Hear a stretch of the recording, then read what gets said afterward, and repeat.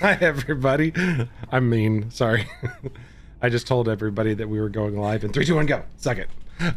We're back for which episode, Sarah? 30.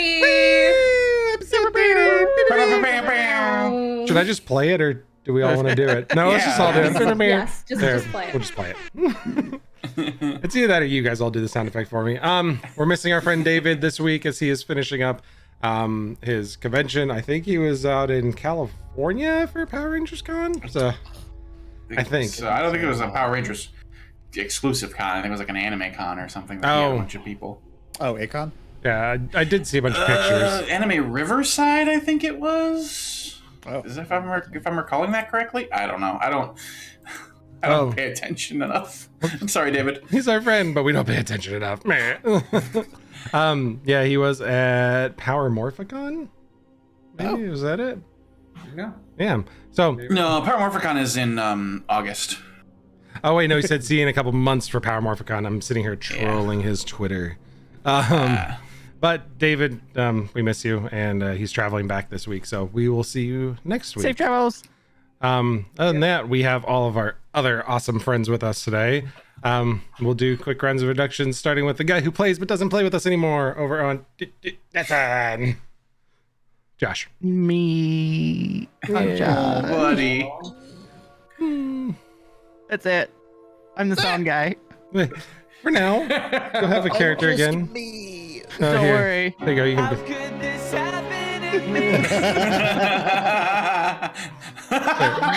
with the gravestone. There you go. You can be dead. Oh, poor Josh. After Josh, we have Sarah. Hi, I'm Sarah, and I play Maximil, the Tiefling Sorcerer. Somebody who actually gets to play somebody I know. I'm not like Josh. Don't make me do another soundboard. After Sarah, we have Magic. Hello everybody, my name is Magic and I play Tarak, the half-orc monk. And on the other side, which is that way, see I can point. It's opposite on my screen. I'm watching myself point and it's wrong. Zach. Love when you do that, right? Hi everyone, I'm Zach. I play Doran, the Dragonborn Barbarian. And last today is our friend Nate. That's me. Hi, I'm Nate. I play Soren, the half-elf blade singer rogue. And I'm Ben, BM the DM on Twitter. And everybody who is not Ben and Josh, you guys are missing out. We commissioned Mr. Nate to do a map for us, and he put the finishing touches on it. Oh my god. It sucks that you guys all have to wait an indeterminate amount of time before you eventually get to Basat. Such a weight off my shoulders being done this morning when I woke up, and I was just like... But it's so beautiful. It really is. I love it. So What if we buy the map in like Reseda? no. Then we have to go back to Nate and have him do a totally different copy. Nate, I'm gonna need a like sepia tone washed copy that somebody. That's easy enough to do. I could do Yeah, that. just the roads, no buildings, like fake buildings. Yeah. Oh. Yeah, you're gonna have to like draw it in like someone like fake drew in these little buildings. Oh god. MS Paint it, man. I think you might be on your own. Over 9,000 hours in MS Paint. I'll MS Paint it. Don't worry. Well, last week, we got to, I would say we got to breathe for a minute, but we really didn't. The stuff continued to be as sideways as all fuck. Like it's just so sideways. You got to stare at your uncle's dead body for a little while, Maximil, while you guys were all still stuck, frozen, crying, blood, tears, not able to move. As Galaxolin came back and somebody else was in right place, right time, and got set free. Doran got a little stabby sassed as Sarath came back downstairs, rubbed a little salt in the wounds, and eventually got driven off though as like people were coming in behind you, like trying to check and make sure everybody was okay, because they knew Zephon was down here. The guards were like, we haven't heard from Zephon in a little bit. And then, well, the guards were actually dead at that point. You heard Ekamon and oh my goodness. Cecilia, thank you. My notes are down here. I hadn't bent over to pick up the notes yet. See how prepared and good at games I am? I just have my notes ready and the problem is I get so excited to see these guys on Monday. We start the stream up, we sit here and bullshit for like 15 minutes, and then I'm not ready at all. Because we just like bullshitting so much. However, Cecilia and Ekamon came down, and the rest of you guys got to watch in just outright horror as they and others shifted back to their true forms. These doppelgangers and changelings, strange-looking gray muted creatures that decided what to do with Zephon's body, and that was just send it out the window, flying down to the sands below. And then they shapeshifted into various forms, including Zephon, to let the other guards that were coming know that, yeah, everything was fine. You know, they were trying to figure out where Maximiel and the Yurig went, because they escaped somewhere further into the city, but they were coming up now. And then they came up, and you heard the grating sound of that cage getting like pulled over the hole. Yeah, a lot of questions asked of Maximiel's friend, who likes Maximiel a whole lot, apparently. And you guys started to like investigate and see what you could figure out, and Maximiel had hatched a dastardly plan to try to undermine the activities of the Ebon Hand here. You guys went on a little escapade into Bella Maison, the villa at the center of the city, and found some magical items, because Katya was known for trading in magical goods. You went to the vault, and it had all but been cleaned out. There was one simple little bag of holding left that Maximiel quickly decided it was 5-finger discount day at the vault, stole everything they could get their hands on, and got the fudge out, while Soren snuck into the offices of Zephon and got some more information, some interesting tidbits. But you got back with the group, got some horses, and quickly like made your way out of the city, ending on a descent in the middle of the night with these guards trying frantically to like stop the descent, and Max going on an absolute power trip, floating back up. I mean, I just pictured Storm from X-Men with like the hair billowing and the lightning, and she's just angry. And then they were really confused, and they're like, I thought Maximiel was getting coronated. And Max was like, yeah, bye, and just left. And that's where we ended, was you all descending to the desert below on horseback, getting out the rest of the way, heading off into the desert. And you begin to break after Rosita, which is farther to the northwest, as Katya continues to the southeast along the Jawarba Bluffs, the mountain range to the north there. And Rosita is really far into the distance. The nice thing is these cities are massive, 3/4 to a mile long each, fairly wide. Like, think a walking version of like Central Park in New York. These are pretty big cities, and you guys are chasing after it very far in the distance though. So who else good at riding horses in the middle of the night in the desert? If you're proficient with animal handling, you can make a normal check. If you are not proficient, you are in the dark on a horse trying to guide it through an unknown territory, so you can make an animal handling check with disadvantage as you guys make your way after Rosita in the distance. Let's see how horrible this goes. Awesome. While they're doing some checks there, we had some other cool stuff that you guys found in the bag of holding too. We had a that's not right. Ooh, all right. We had the deck of 6. illusions, I think. All right. And 7 for Tarak. Mine didn't And a do 6 for correctly. Maximiel. Yeah. With disadvantage, Doran got an 18. So, you said you didn't see yours? Oh no, there it is. Never mind. Sorry. Yeah. It's disappeared so quickly. So- 5. Yeah, great. Yeah. So we got a 5, 6, a 7, and an 18. Let me go ahead and Josh, you're in the system. Can you roll 2 d20s for Botrin? Ooh. Absolutely.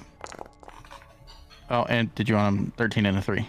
Oh, unfortunately, he is also at disadvantage. So we have Sweet. we have 2 5s, a 6, and a 7, and an 18. Doran, I mean, this is second nature to you. Something clicks and you are just taking off down the dunes. The horse isn't like stepping back into the dune or anything and slowing down. You're galloping on top of the sands, and you turn back. And what does this look like for the rest of you as your horse's hooves are like sinking into the sand? They're not being guided properly. We'll just run around the horn. Tarak, what does failure look like for you on this moment? Tarak is, fairly comfortable on horses usually, but never in the desert and not in sand that is that deep. So as he's trying to spur his horse on to move, he just completely overdoes it, and the horse's hooves sink in, and he almost falls off over the top of the horse. He kind of tries to cling the neck of the horse and just barely manages to stay on, but it does not look very graceful at all. Soren, what about you? What's failure looking like in this instance for you? It's directional. I'm trying to get him to chase after the city, and he's like, no, we gotta go that way. And I'm like, no, fucking horse, God, stop, go that way. And it's just it's a battle, and I'm losing. Maximilian? Being beaten by a horse. You grew up around here, but you didn't really get down on the horses, maybe? How did this go for you? So the deal with Max is that she's still very stressed about the events of the day, and she accidentally shocks the horse. And the horse sits up, and Max falls off and rolls down a dune. Oh no. That's That's pretty bad. It's pretty bad. There's a strange giggle from behind you as you're riding down the side of the dune. Yeah! Shut up, Spackle. You're not doing any better. You think Spackle's laughing at you, and then you turn to see that Spackle's actually laughing at Botrin, who's face down in the sand. I feel you, buddy. Doran, however, you get down, and your horse is you're getting a sense from your horse that it's not really excited about staying still here. It definitely senses something's off. And it seems like it definitely wants to continue moving away from the east. It's all about going west with you, but you definitely get the sense that it's antsy to keep moving. I don't even think, let me double check this.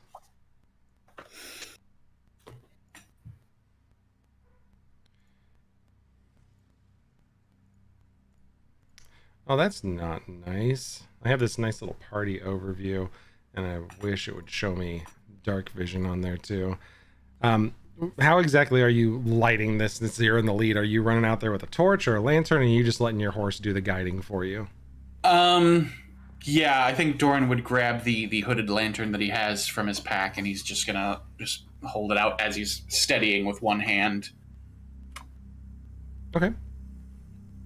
So the rest of you see this lantern down the cliffs, or down the dune, as you're fighting these horses down the side of the dune, getting stuck in the smooth, silky sand yourself.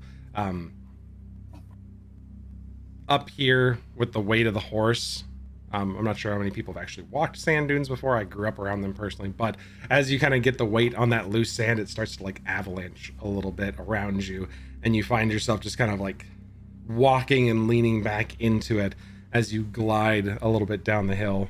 But you all kind of eventually catch up to Doran in this little valley, with Katya at this point, for most of you, silhouetted in the distance against the stars behind you.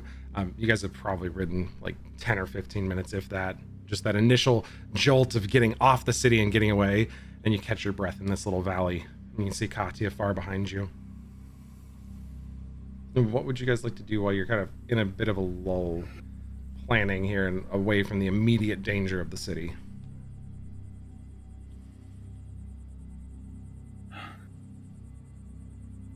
Can we see Rosita? In the distance to the west, yeah, it's pretty far into the distance. I mean, you're barely able to make out because you have the eyes of the eagle. The lights kind of reflecting on the horizon at the top of the city.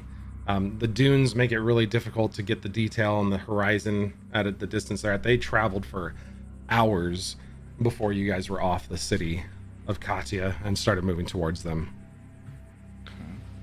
Do we get a sense of how fast they're going? Like if we're going to be able to catch up to them, or if we're just trailing? Max knows instinctively that the cities don't move much faster than about 20 miles an hour at their top speed. Okay. And the horses can go much faster than that. Got it. Okay.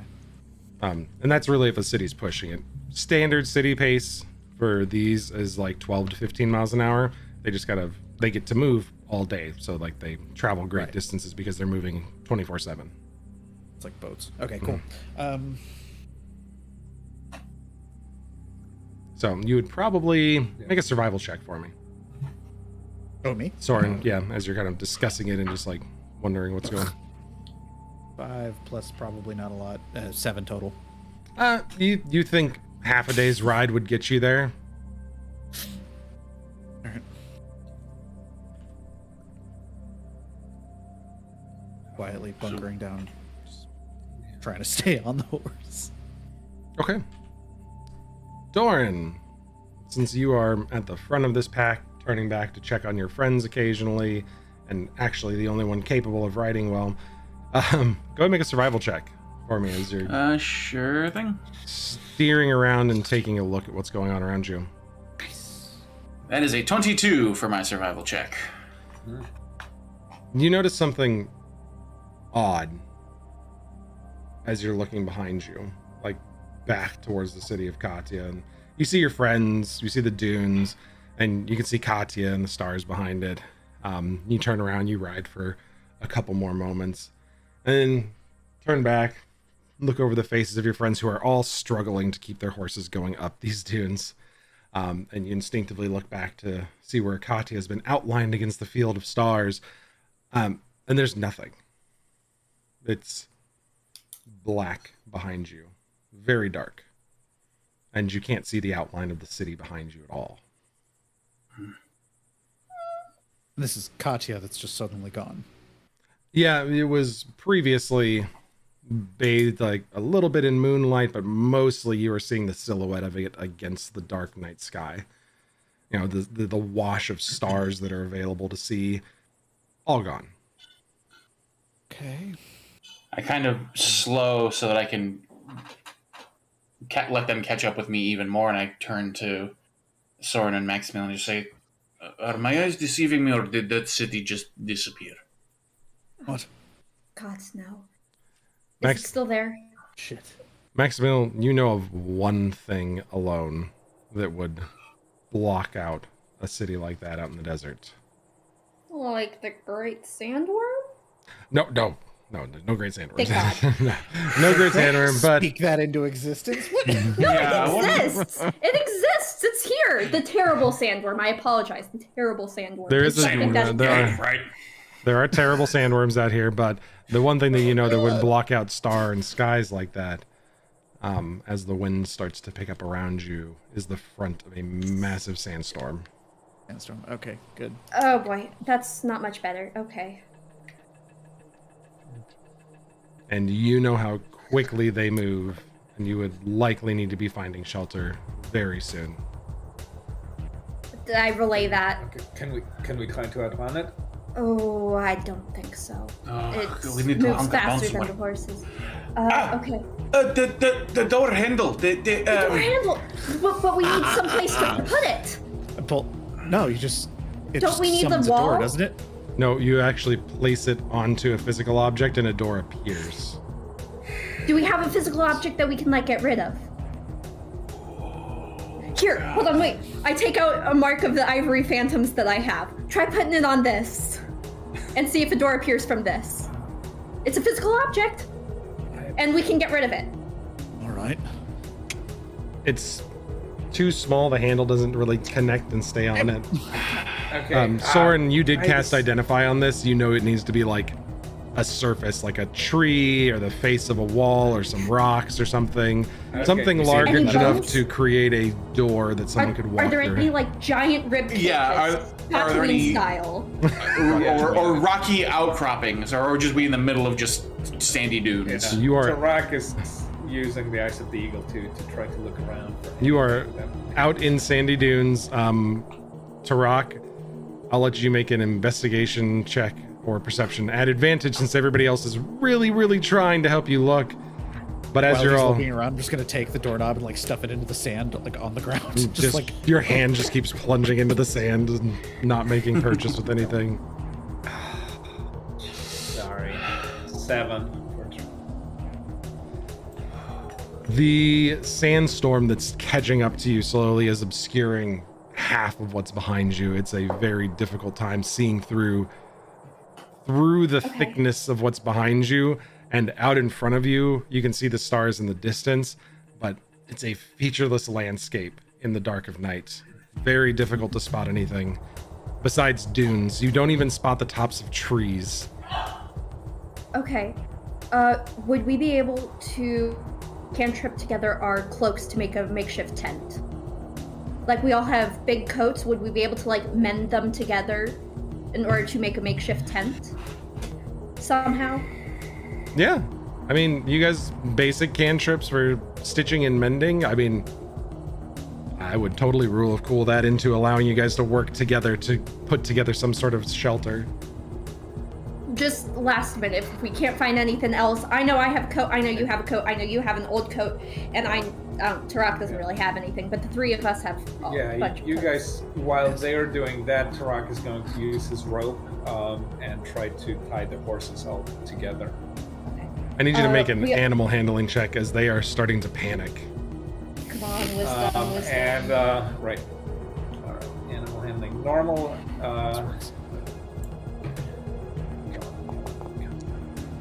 Oh no. As you all kind of get off of the horses and start to... natural 1 for the stream. For a total of 2. You all jump off the horses and Tarak starts to kind of corral them together. As soon as you take the rope and start lashing it through Barding to try to get them together, they start bucking and panicking. And once one bucks and begins to run, the entire group of them scatters to the desert. And you guys watch as all 5 horses take off running. shit. Right. Tarak tries to run for just a few seconds after them, but as soon as he notices that there's just no way he can catch up, he gives up and he just damn it, we lost the horses. Shit. Oh god. Is it possible that I can throw a thaumaturgy to make a really loud, scary sound on the other side of the horses? Sure.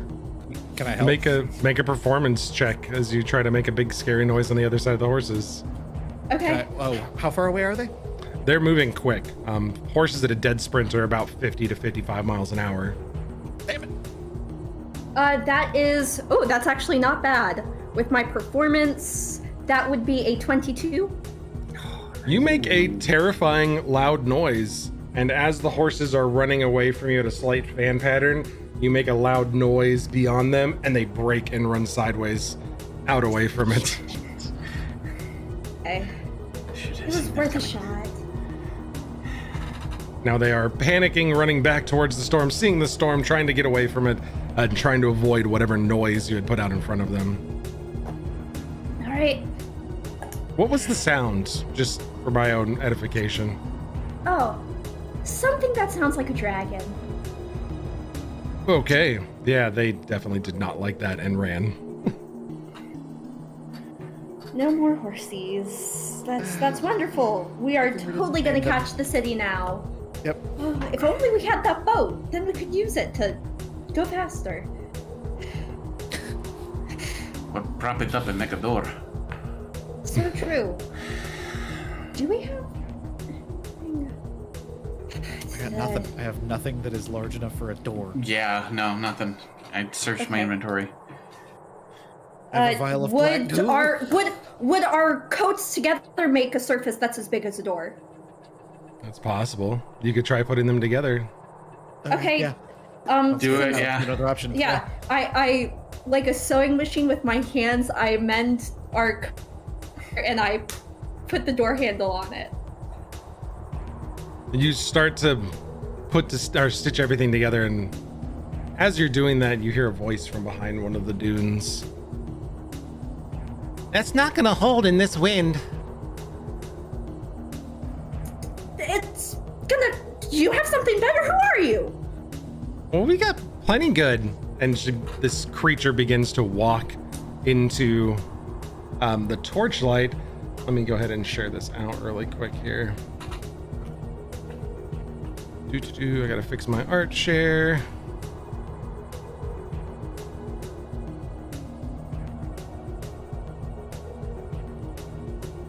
You see this creature walk up to you with a pair of goggles on her head. Her loose terms, she sounds feminine, looks feminine, but she is standing at about 3.5 feet tall. This fox creature. I'm putting it into our lore channel now. Cute.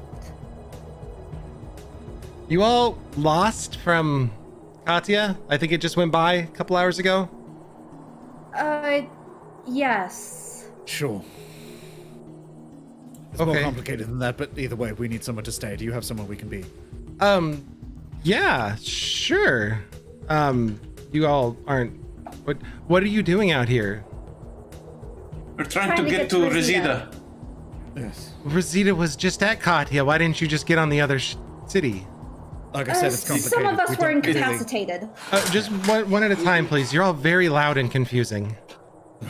Could we please just get in if you have shelter? We can She- explain it when we're She sheltered. seems 100% not worried about this storm and is just like talking to you guys like nothing is going on.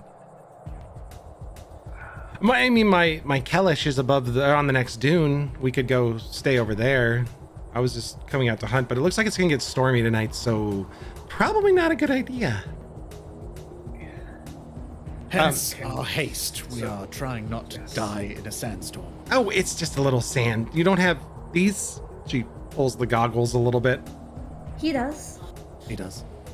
The rest of us don't. Oh, well, yeah. Okay, well, take the cloaks that cover your mouth. Don't, yeah, and your eyes as best you can. But you're gonna be in it for just a minute. Sorry. Do you have some rope? I have a little bit, but it's not much. It's about 30 feet. Tarak just kind of lifts his arm up.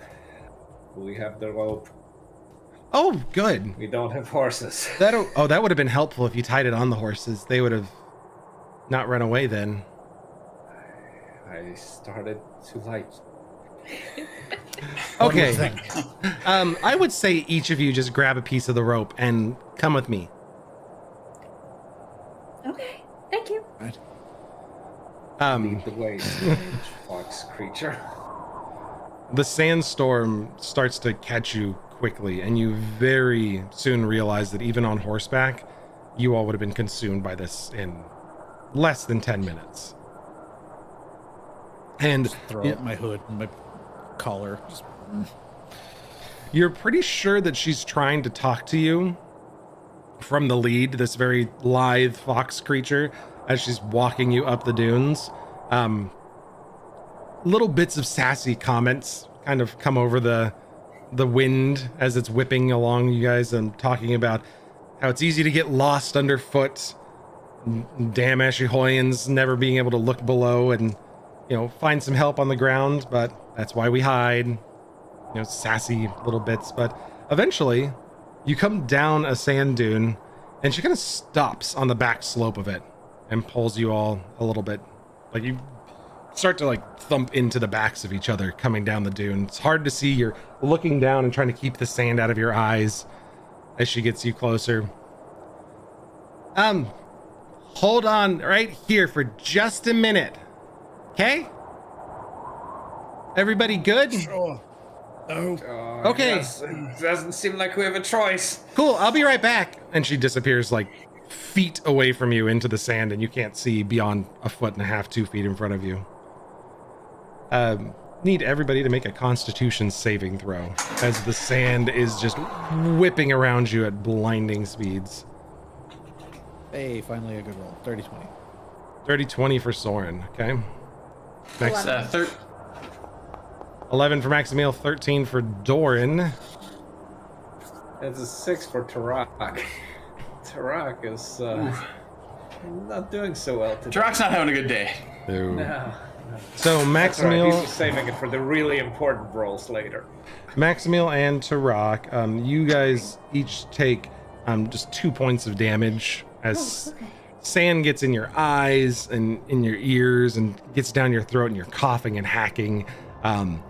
The worst part of this, though, is you are temporarily blinded. The sand has gotten into your eyes and has made it difficult to see. They're watering profusely, and you don't see Doran and Soren and Botrin. Actually, Botrin rolled a natural 1. Never mind. Botrin is also definitely blind and took a couple damage. Sorry, Botrin, you're blind and missing in the desert now. Kidding. Botrin is still with you guys. A couple moments later, though, Doran and Soren you see coming through the wilderness, or through this like just sheet of sand.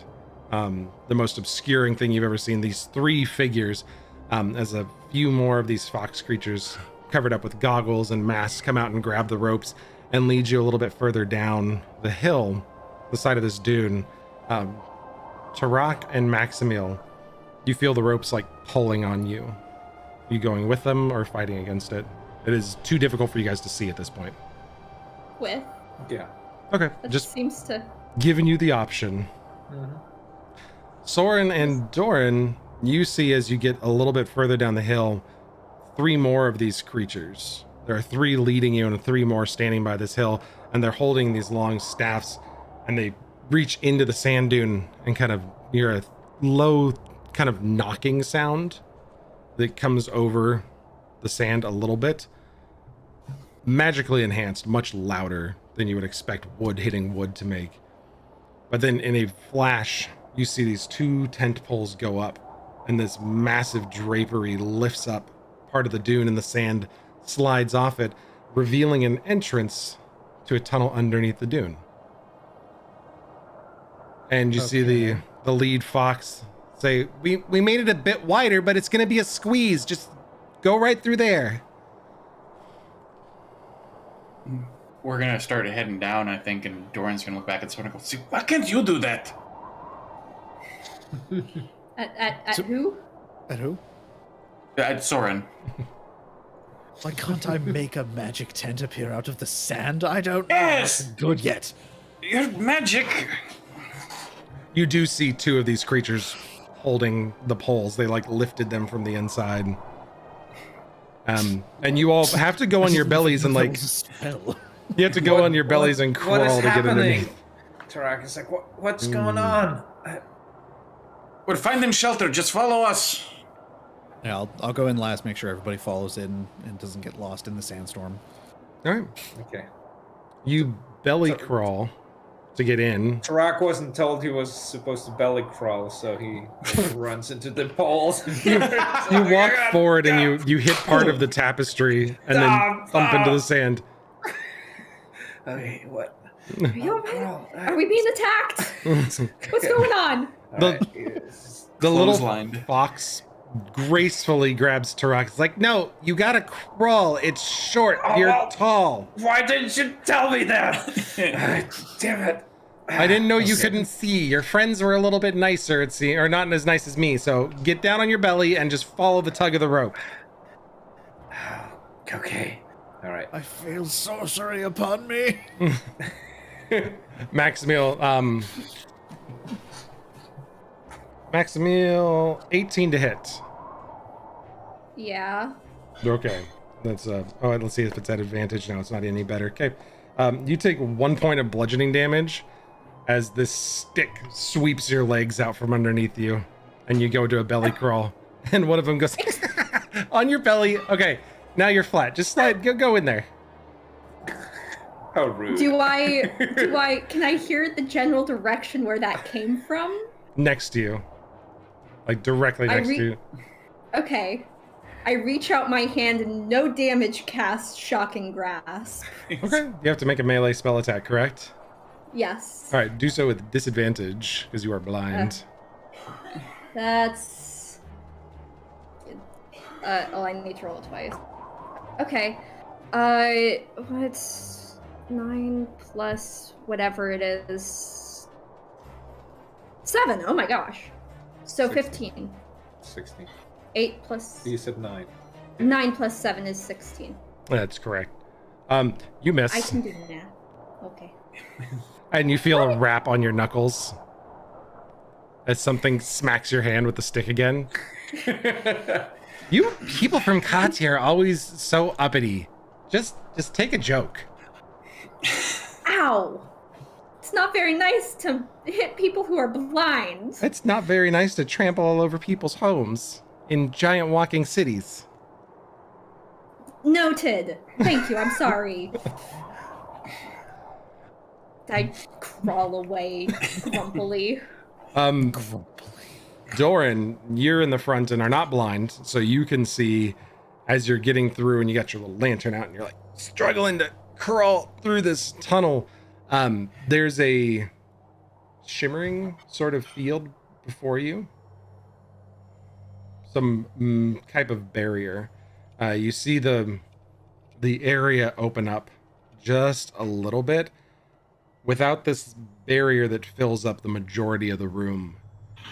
You feel like you alone could fit in this little hovel in the ground. There's like a kind of a shimmering barrier in front of you. Reach out tentatively and just, I hope this isn't going to hurt me. Touch it. Nothing happens. Your finger passes through. You feel warmth on the other side.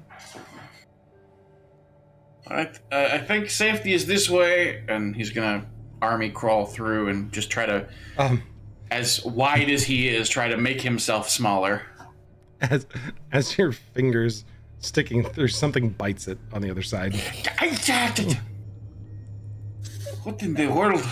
There's like a little slobber on it. It didn't draw blood. Gross. Oh. Yeah. Are we being attacked? I Are don't you know. okay? Something. I think it's like something tried to eat me or something. I don't know. I'm tired of these games. Eat you! How big? How big? Yes, no, not big. A tiny little on the finger. I am okay. I promise. You crawl through the rest of the way, Doran? Yeah, I keep crawling through. You pass through this barricade of magic, and the room opens up in front of you to the interior of a tent that's about 12 feet wide. Ceilings are about 5 feet tall. So for the other creatures that are in here, you've seen 6 so far. There's another 4 in here with 2 children of this species near where you're at. As soon as your face gets through the barricade, they are right in your face. And the smaller of the 2 is laughing and licking her lips. I just look down and I just say, "Run." You hear it, and they both bolt to the back of the room. Where the first one you saw is back talking to an older one of these creatures. And she looks back to you and goes, No, Miriam, these ones. They came from Katia, lost in the storm. There's 5 of them, and one kind of creepy transparent one that I don't think is real. You all kind of crawl your way through, and they see Maximil and Tarak dealing with the sand in their eyes and all puffy and not able to see anything. Without question, the one she referred to as Miriam walks up and takes this vial of water and just pours it on Maximil's face without asking, and then does the same to Magic. Magic. To Tarak, I'm sorry. I looked over and it said Magic, and my dyslexia kicked in. Tarak. It immediately washes out and gets into your eyes, and all the sand that was in there blinding you is extracted as you kind of stand up into the space. Better. Thank you very much. Yes. Thank you. Where are we? Well, What is this? you can thank place? me later after I decide whether or not you get to stay. What the young one, Aniko, is reckless, bringing people here to our Kelach. Why were you out of Katya before a storm? Don't you know better? You're wearing their colors, for goodness sake. Yes. It was a bit of a rush. We weren't really watching the weather that well. We realized we had to reach Wazita as fast as we could. Unfortunately, it was already after the cities had parted, so we tried it, and fortunately, we got caught in the storm. But we appreciate your hospitality. Yes. Thank you. You saved us. Well, you know, Yates does say to take care of others that are lost in the moonlight. And you guys would have been lost forever had we not been so close. But we just finished trading with Katya and Rosita, and you were lucky we were nearby. Yes, very lucky. Thank you so much for all of your help. So, the storm will last a couple of hours here, and then you can be out of my fur. We seem to have a problem. We lost our horses. Is there anything that you can help us do to reach Rosita? You're chasing Rosita. Yes. Yes. Oh. We have money if you do. We have water. accept currency. We also have water. Well, we have water, but I'm sure additional water would not go, would not be refused. Aniko, you can take care of them.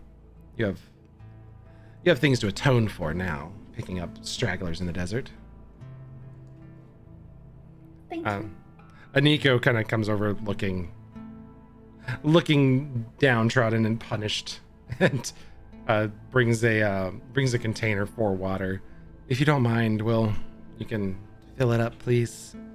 Oh, yes, of course. I take out the decanter of Okay. endless water, and I say the fun word, how big is it? Does it look like it's like a gallon container? It's about a 2-gallon container. It's a leather water skin. So I just say stream a couple of times and I let it pour out. Oh, well, that's nice. We've heard of those. Miriam, they've got one of the decanters that you're always going on about. I put it back. She eyeballs it for a little bit and goes, yeah. Will you all be needing food too? I don't have horses, but if you need to eat, I'm sure we can set that up for you. Are we all right on food? We should be all right on food. Yes. We have supplies. And We don't want rest to mostly. weigh any more on you than we already have. Well, Nikelich is 12 or less for a reason. It's difficult to survive in the desert. Why we're trying to get out of it. Good luck. You're in the middle of it. Well, So why would you all be fleeing Katya? if it's all right with you, our reasons are complicated and personal. Fleeing is a very strong word. It was more that we were in a much rush to get to Rosita because we just got some information for Rosita. Oh. Okay. I know there's an outpost a ways southwest of here that may have horses for you. That's a How far is possibility. it? 2 nights walk. We could show you the way, or we could take you there for an exchange of goods, possibly.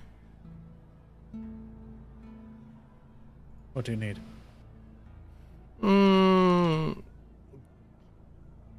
Good, strong cloaks are always in need out here.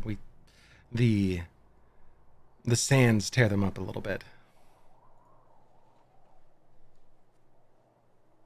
So if you have any fabric, be willing to give up one of those nice cloaks or two. We may be able to stitch some things together for our family, and it'd be a good exchange. Just look over at Max. Did just reinforce them together. Oh, I took them back apart. Oh, well, lovely. Counts for 2 then.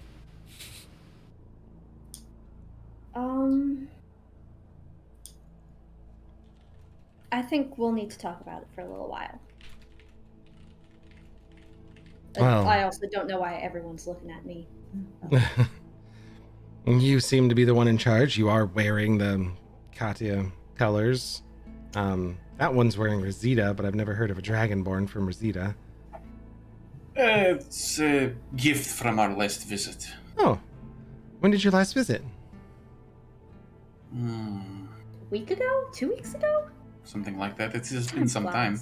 Why are you going back and forth between Katya and Rosita so often? That seems strange. Most people pick a city and stick with it for a while. Oh, we are not native. We're travelers, and in our travels, we have been back and forth a few times.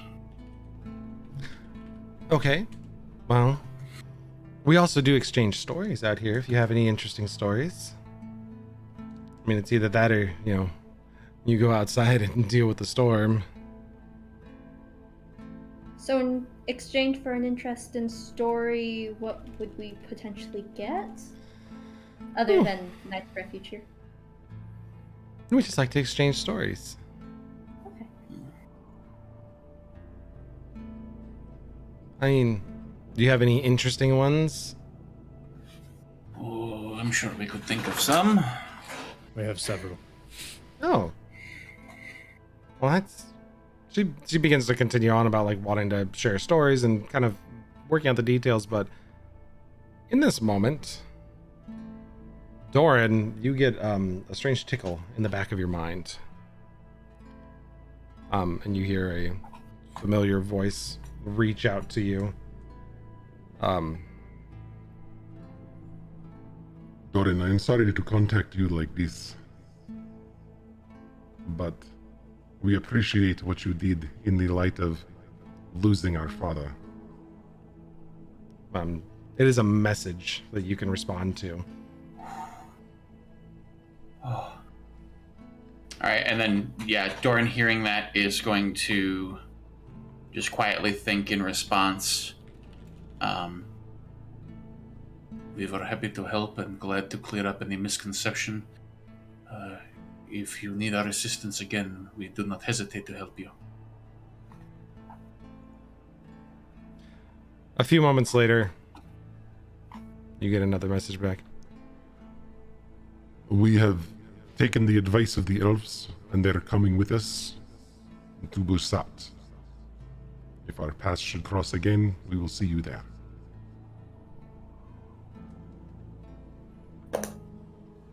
I hope for both of our sakes that happens. Thank you. And he's gonna turn and kind of tug at Soren's cloak and just kind of whisper to the side and be like, "We need to get to Busat." Why? Remember how we helped the Simiposi's kids? Yes. They wanted. They are going with the elves to Busat. To be clear, that was Freondiri, the female of the two. Yeah. I fully stand up and smack my head into the top of the pit. Oh God, no! Are you okay? Are you alright? What's wrong? what's happening? Do you need... The something ceilings wrong? are short, but it's because we're all short. You just need stay crouched and No, you'll be got okay. Got that pot. Got that pot. Thank you very much. Sorry, are you okay? Is something going on? Ooh, well, I mean, secret's out now. We need to go to Busat quickly. Oh, that's a long ways from here. Rosita's Okay. much closer. That's the idea, and it's getting away. I think if we get to Resida, we could find passage to Busat from there. Ben, would I know if Rosita ever makes the crossing between the strait? So no city makes the crossing. The one city floats and goes and patrols around that strait. Oh, and then I as see. it comes Okay. to the desert side, the other cities will stop and trade with it there. Got it. Okay. Okay. So yeah, just yes. We need to follow Rosita. So, do you think... Should we try to... We shouldn't... Well, first things first, we have to wait for this storm to pass. And We cannot do anything with that storm raging out there. And why Miriam, was was that? Yes, Miriam. Simoposi's children are going there with the elves that we met in his lair. Oh gods, the people of the city are going to absolutely shit. Miriam, is it possible, in your experience, to traverse the desert without horses? We do it all the time. Do you have Quickly? advice, tips? Walk at night because that's what we do, and it's much cooler. Stay out of the sun and just take your time. That's why we roam around and stay in these hutches. Is the Kellich is safe underneath the sand during the day. No, that last part is not going to be an option. Yes, where can we time find is a horses? precious commodity. Could we... Hold on. Y'all. Eh? Do you think we could make like a dune sailor? Like a boat to travel over the... Like a sailboat of some sort? Oh, if only we had a boat. Look, I mean like a sled or something that we could use and have a sail. I mean, I've seen them before. Usually they're not journey-rigged? I think Quickly made, MacGyvered, whoever that is. we lack the components to make such a vehicle. I don't exactly have a lot of wood lying around, let alone a large sail. The sail we could make from the cloaks, but still we need a platform large enough to hold us all, and I don't think we can do that. Oh, they make I'm those. sorry. Oh. Well, people make them. I mean, that's what the old cities used to be long ago that walked the desert before. They were these large things. They were smaller, and they whisked across the land using wood and rope and manpower. But they're big and bulky. We don't use them often. We just walk. Do you have... You said often. Do you know where any are? Well, there's an oasis near here that's got a small city. Not too many people, but they may have some that travel through there, and if someone has set up a home there, you may be able to buy one off them. I don't know. They're very small craft. You'd have to move quickly. Turn to Tarak at the mention of Oasis. I'll bet you fucking anything we find our horses there. That's not a bad idea. Really good assumption. How far is it? This oasis. Well, that's the one that's about 2 days to the south. Shit. No, the outpost that they mentioned. Okay. Yeah, it's a bit of a walk. You could really push it, but we won't push it with you. I'm sorry. We have the children to think of. Of course, of course. No, of course. I'm sure it would probably be safer for us on our own anyway. Well, I mean, you know how to read the desert. You don't want to get picked up by the night walker while you're out there, like scary things that go bump in the night. The what? Do I know about the Nightwalker? God, if this is an actual Nightwalker. You do. There's. Is it like... I sent you a story like 2 months ago. Oh my god, dear. I do know what the Nightwalker is. Asher Hoya ghost stories. Yeah. Oh god. Oh no. Yeah. Okay. It's an Yeah. Asher Hoya ghost story. Is it an Yeah. actual Nightwalker? Oh god. Maximiel's heard about this thing and might have something to share, so I'll let her hand it over or take it over there. I need to find the story because It's because it's been a there minute. we go. 'Cause Yes. I went and planted that seed months ago. Oh my god! Wait a minute! That's terrible! Oh god, I love it. Ah!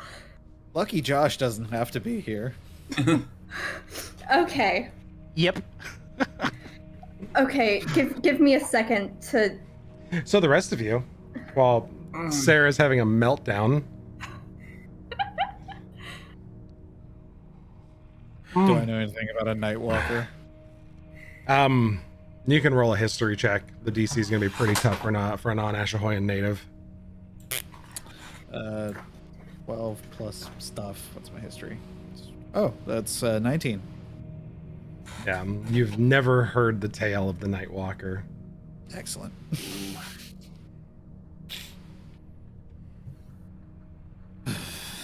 Alright, well, scary things that go bump in the night don't exactly sound great, but I also don't like burning to death in the sun. It gets very hot. I- Yeah, not being in one of the cities, it's very, very hot. I mean, Decisions. depending on which story you follow, we could potentially be safe from the Nightwalkers because we have never actually wronged one. And oh my god, they leave these. They're these. Oh, they're scary. They are. actually- I mean, that's what we tell the kids is to, if you know how to hunt, you avoid the Nightwalker, and you have to keep your eyes peeled, and it scares the kids, but it's good to keep them in line. Are they actually real? Are they real? I've heard that the Nightwalker is real. Oh. They leave what behind? We're going to Well- say something.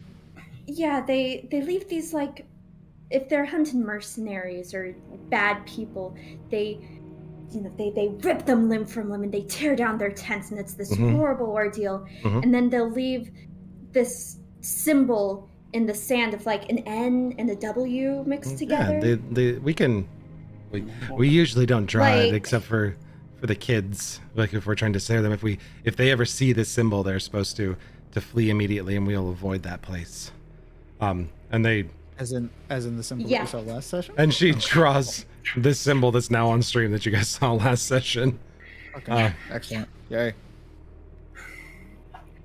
But this Well, that The, that Soren saw last session. I don't know Yeah, if 'cause Soren we didn't shared see that it. or not. we didn't see I'm that. blanking. I saw that in his book? Yeah. You saw it in. You saw a name circled for. Remember the funny thing, Alucard Wright, where I didn't know that was Dracula spelled backwards? There's a name, Yeah. Alucard Wright, that was circled, and then it was circled in charcoal, where everything else had been notes in ink. This was a charcoal circle, and then the NW was in charcoal on the sides and the margins. Yeah. Okay. I Irene don't had think I mentioned that.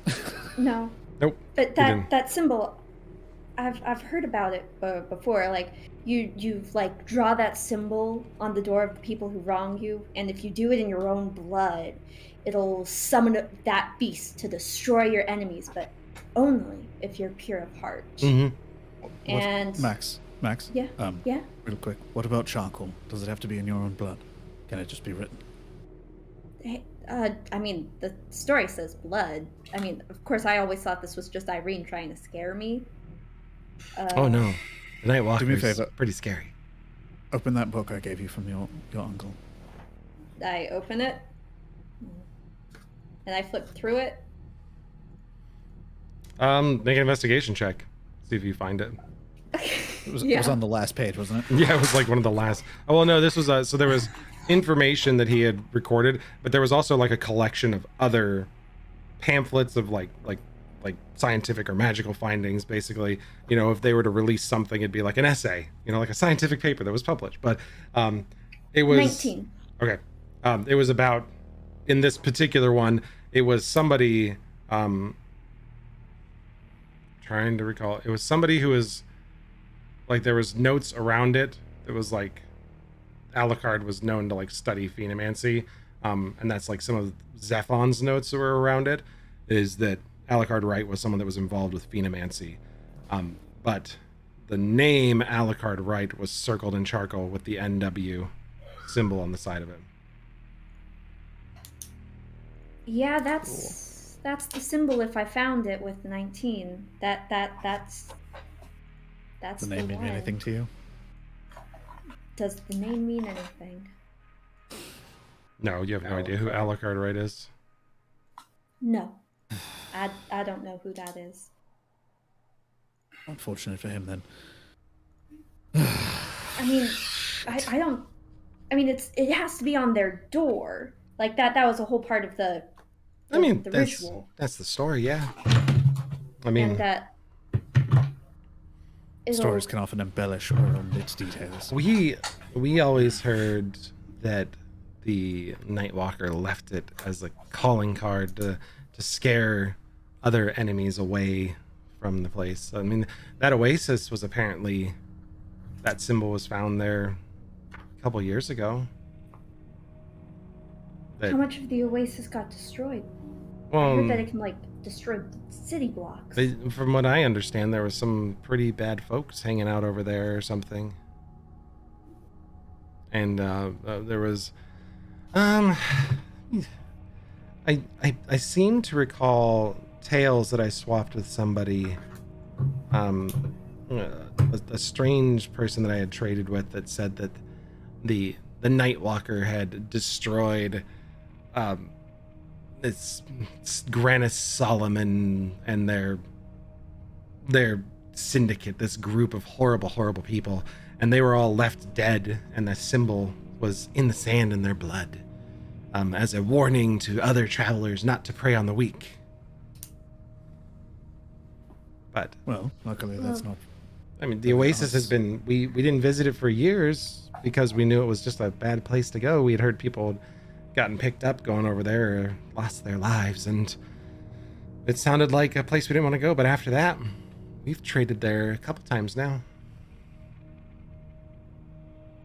So It does not seem like we have much of a choice.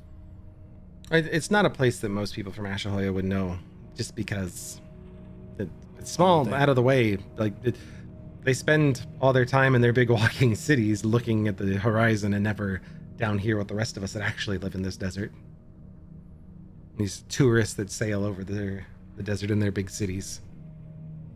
So You seem to have a very strong distaste for the Ashahoyans. Well, they never look down to see us or consider us friends. You can ask her. Have you ever met one of us? have I? Nope. You've heard stories of the Biagi, this race of fox people. You've never seen one. They're super elusive. And have any of you Well- ever tried to commingle or integrate into these cities? Oh, a long time ago. And? Oh, I mean, we still trade with them. It's just they all set up their bazaars in the day underneath the city, so we get dressed up in our finest robes so we can be covered from the sun, because that's why we wear the goggles. The sun is blinding. And I suppose my point was more if you are bitter about them not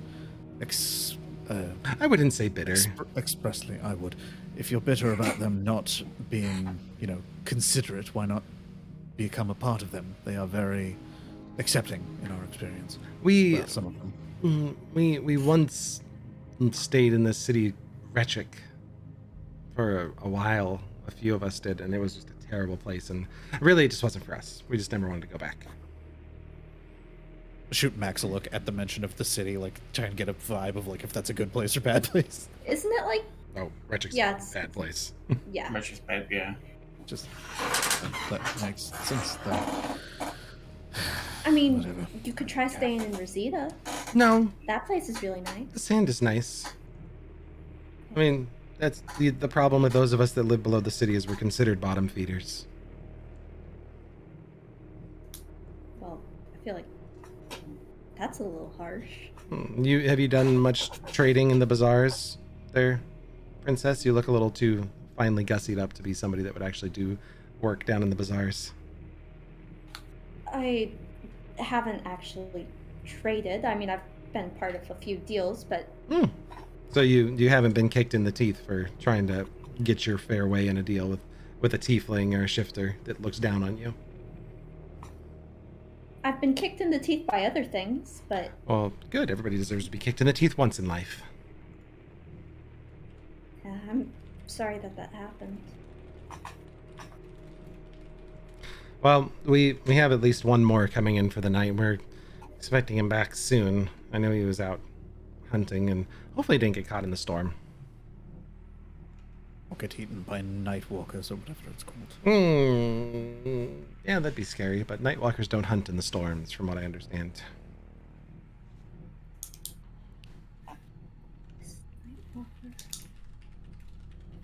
Who was this missing person of yours?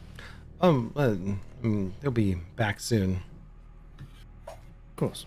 So, and then you kind of hear as the tent at the end opens up. By this time, everybody else had kind of come in. A couple of them head out to open up the tent, And then the two of them walk back in, with a third one taking off face covering and goggles.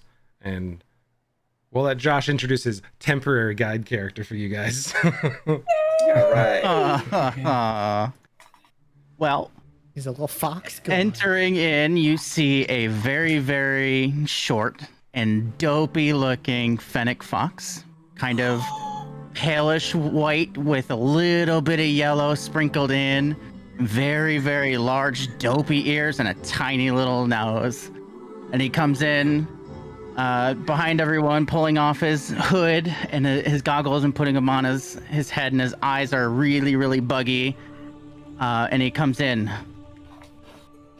So, we have visitors. This is exciting. Unfortunately, but they need a guide to the oasis if you're feeling up to it. They want to get there quick, and we're not risking the Kellich for everyone. During the storm. No, not during the storm. Okay, good, because I didn't want to feel responsible for that mess. Okay. Cool. You seem to be the only person thus far who hasn't regarded us with suspicion or belittling. Sure. I don't know who you are, but you were in my den, so can't really cause much suspicion when you're already in here with my friends and family. Fair point. What's your name? Well, my friends call me Gidgy. Well, it's actually Gidget, but you get it. And like he kind of flashes this like sparkly, rusted and somewhat broken thing on his hip, and he points. Is it a Gidgy gun? It's a Gidgy gun. It's a broken Gidgy gun. He lifted that in trade and swears that it's the coolest thing ever, but Stop it! It's It never is the worked. coolest thing ever. It's I don't care. You see them go around the wasted cities. you wasted like 2 weeks of findings trading for that. Miriam, So? I'm not talking do you about this have? anymore. I'm not. We have a true expert among us in the use of these. Yes. And Yeah, thank you. yes, this large fellow, dragon-looking fellow, is exceedingly good Oh. at it. Yes. You've used it. Doran, I think he's addressing you. Me? I didn't use it. I flew. Yeah. Doran Doran flew. didn't use it. It was Soren who. It was Soren. It was me. Sorry. Soren was not an expert. All right, sorry. Oh yeah, yes. No, I'm sorry. It was that other a- fellow. The A true master small that I am. Yes. Gidgy runs up to you, That's like, right. The way to fly. slithering almost like snakish, but it's like playful, foxy type of movement coming in and like eyeballs you up and down. A user? Nice. I'm glad I could find someone like me. And then he kind of like sits down and scratches his ear with his hind foot. So the Oasis, huh? You need a guide. You need a good guide. That's me, Gidgy. He's one of our best hunters. The other female that initially found you starts speaking to you now that Miriam is back taking care of the kids. He's one of the best hunters we have. A lot better guide than I am, and you know I've got duties here, but you could take Gidgy and he could lead you there. And probably move a little bit faster. He's one of the few that doesn't mind being out in all that heat. I think we should make haste as soon as the storm clears. We should leave. If that's all right with you, Gidgy. Well, of course, only if you can keep up. Okay. Move well enough. When I'm not on Good. the horse or swinging. Well, And what would you like from us in return for this favor, Gidgy? Now we're talking. Can I do a perception check to see what they have on their wares and on their person? absolutely. A 12. I mean, most of the stuff that they're wearing on their hips looks shiny and nice. But they've also got backpacks, so you don't know what's in them. But you can see weapons and clothes, and especially like the fine threads of Katya and Rosita on a few of them. I'll go like person to person and kind of like just not so much touch, but like get close enough and look at most of your waists, besides probably Doran, your like knee maybe, and just like kind of look around and check, and I'll go, nah, not interesting. Backpacks. What's in the backpacks? Come on, sure. Maximil, you still had the Medallion of Thoughts that was now dormant. Oh, excuse me, correct? Yes. So that you have the 2 chains then hanging around your neck, the Medallion of Thoughts and then the Stella Tenua medallion. Mm-hmm. Okay. With a 12, you'll see the Medallion of Thoughts hanging out, and you don't know what it is, but it's a shiny necklace. Also, still have the what I call the X circlet of blasting. Yeah. So you got things that are visible to you. have this necklace that Maximil's wearing, and then a circlet that Soren's I thought you wearing. traded the circlet back in Rosita to get your No, I guitars. offered her that. And then she said no, just a kiss instead. I was like, all right, fine. Yeah, that's right. Yeah, that's right. She wanted to say- Oh, you're cursed forever. We never revisited that. So you see a few things of interest. So many wonderful things you guys have. And he goes right up to Maximil and kind of Hello. peeks his longer neck up. What about that thing? And points to the Oh. Stellatenium necklace. Oh, this one? Mhm. That has a very meaningful thing to me. It belonged to my uncle who has recently passed. But how do you like this shiny thing? And I try to prestidigitate some like sparkles off of it. Oh yeah, it looks sparkly as hell. And he even has a little mind on it. Admittedly, he's like eyeballing the Stellatenium necklace even more because it had meaning. But the moment you made it extra shiny, just straight to it. Deal. Oh, I don't know. I also have connection to that one, but I guess if you'll be guiding us safely. Well, I guess I'm not important enough, and you need a new guide. Oh well, if Bother. you put it like that. Here. And he puts it on and it's like plays with it a little bit and like tucks it into his like little vest. Truly, you are a shrewd tradesman, Gidgey.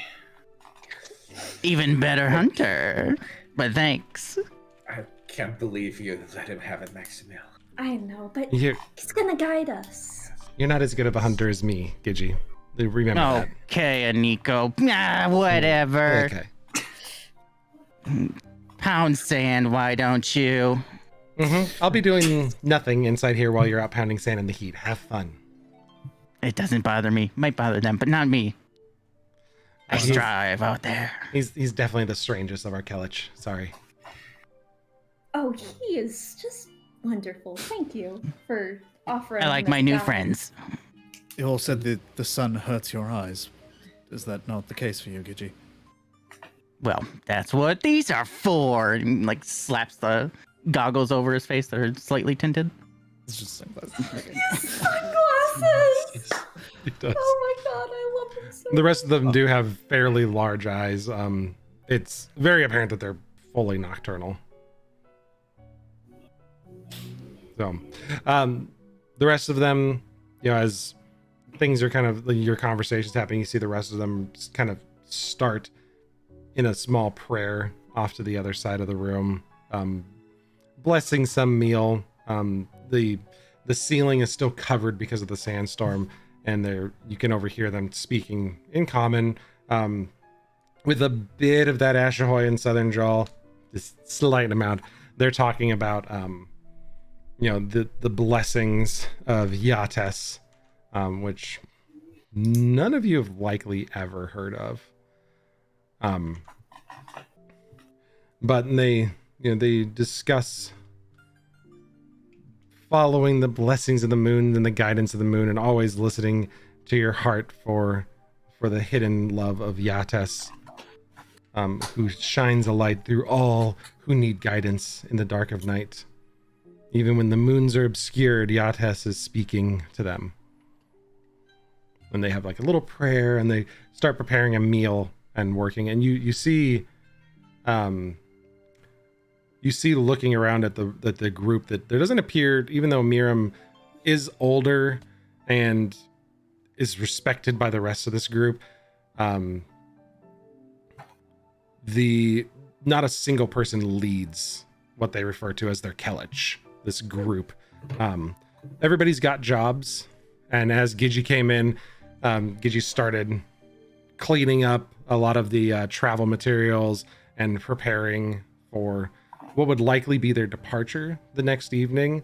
As Anikos talks to you guys and kind of explains while you're sitting there waiting with nothing else to do, explains, that they hunt at night and prepare for their trades, and the next day they kind of start to pack everything up, and then as soon as the veil covers the sun, they get up and move, and they're a very nomadic group.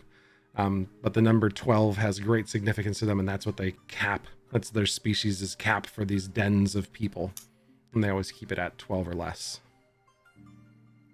But about a couple hours later, after a meal's prepared and you guys are offered some food while you wait, and some of the water that you gave them is offered right back to you to drink. They don't keep any alcoholic beverages. They have some teas that they'll make if you want it. But a meal's provided to you of, mostly desert insects and some very tough fruits and root like tubers that they managed to get. But they'll prepare you guys with at least one set of rations apiece as a parting gift. Whenever we trade with someone who gets to stay home or gets to come and visit the Kellich in our home, it's traditional for us to at least give you food for a day so that you may be blessed and stay safe. So please stay safe in the desert. It's not a nice place. Gigi kind of sneaks up right next to Maximil and pulls out from a pocket a dead horned lizard. Very spiny and things. Wonderful find out in the desert, this one. Very nutritious if you can get past the spikes. Would you like some? Sure, thank you. He kind of carefully holds it from its belly and kind of flicks off some of the spikes to get kind of a good bite. Is it served raw? It's not cooked. Hi. When in Rome. I take a bite of the raw lizard. All right. We'll visit that later. I never said It's a quick way to it get may not be parasites. going down the hatch. How does it taste? Exactly what you would expect raw chicken to taste like. Ugh. It's a little slimy in your mouth, and just all sorts of wrong. It speaks incorrectly to you in your mind. Something is screeching at you to please, God, spit this out. I very politely take out a handkerchief that I have out of my pocket and very stealthily or deceptively, I'm about to cough or something, and I just Make a sleight of hand check. oh god. Gigi doesn't care. He pulls it out and starts gnawing on it and breaking it, and it's just crunching and ow! Reacts to one of the spikes. Not good. Not good. Sleight of hand. 8. Bloop, and then it splats on the ground. Oh darn. Oh well. You can eat that? One of the kids runs over and grabs it. Silva! Oh, I'm sorry. I was just, I didn't know. I kind of did want to have it again, but I coughed and it came up, and then your kid got it, so The kid goes, this is all just a mess. If it's in your mouth, you can keep it. You want the rest of it? I only have the tail left. It's kind of the best part. Oh, thank you so much, but I couldn't do that. You can have it. You sure? That's quite an honor. It's the best part. I know. It is the That's best why part. I feel very, very included, but I couldn't do that, especially not with all of your help that you're going to be giving us later. Yeah, okay, sure. More for me. Okay.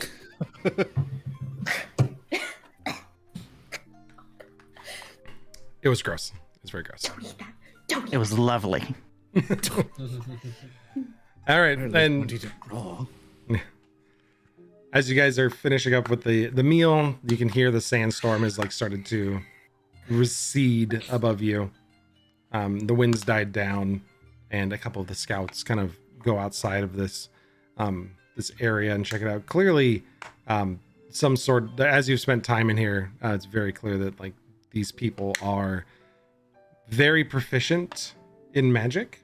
A lot of them shaman or druid. Like you see them performing druid craft as they're growing things out and creating water. And obviously, the interior of this place is a small magical area. But they're all very proficient, and they profess everything to Yates.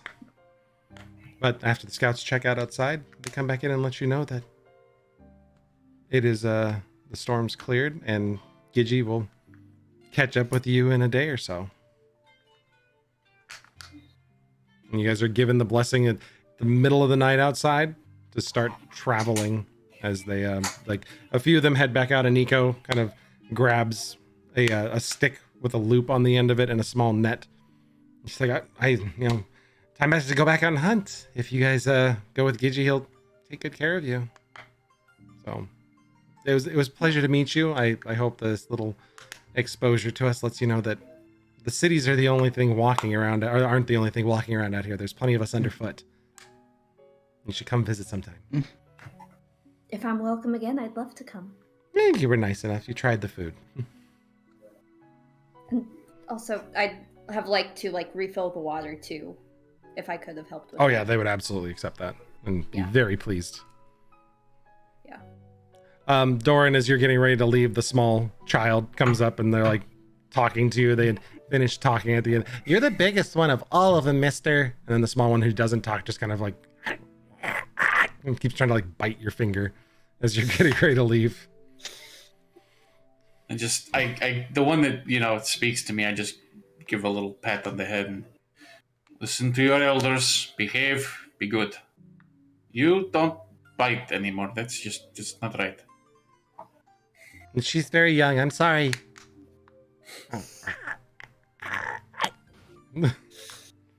I want to try to stealthily prestidigitate the smell of farts as she's right at her face. Oh yeah, just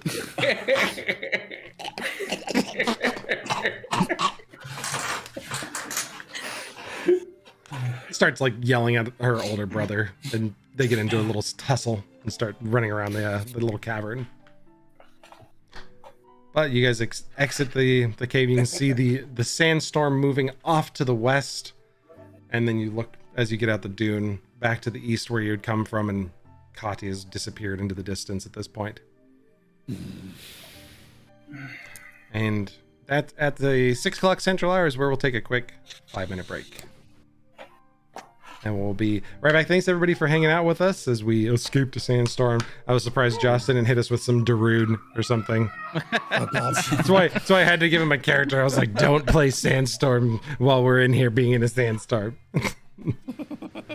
But It's just a raved in. Back after these commercial messages you from get our in there. sponsors. All the Bayaji are just in there with glow sticks and going nuts. Oh, we'll be back, everybody, in just a few minutes. Thanks for hanging out with us.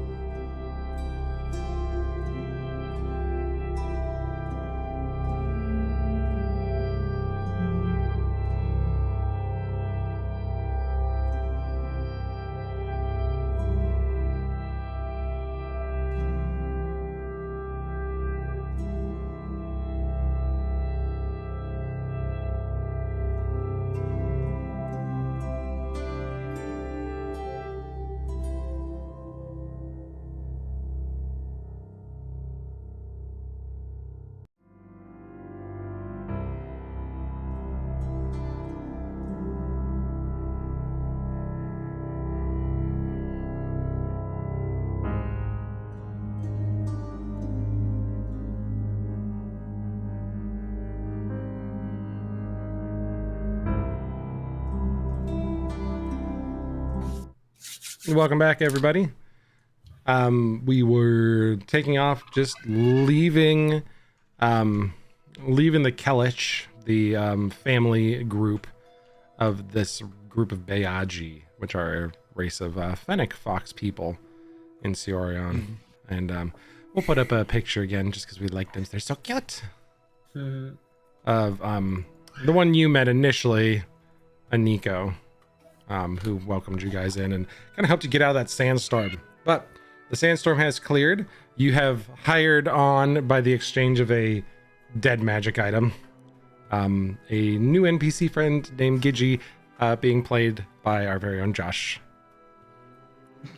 I'm playing again.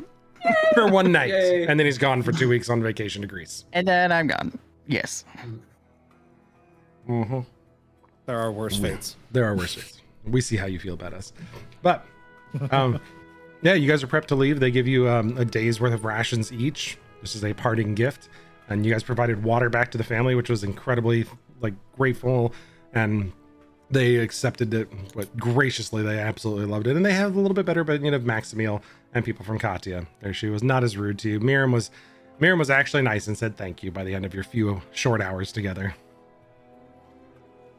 But, Gigi, you know the terrain, and you have the lead here with what you would like to do as you guys are preparing to leave.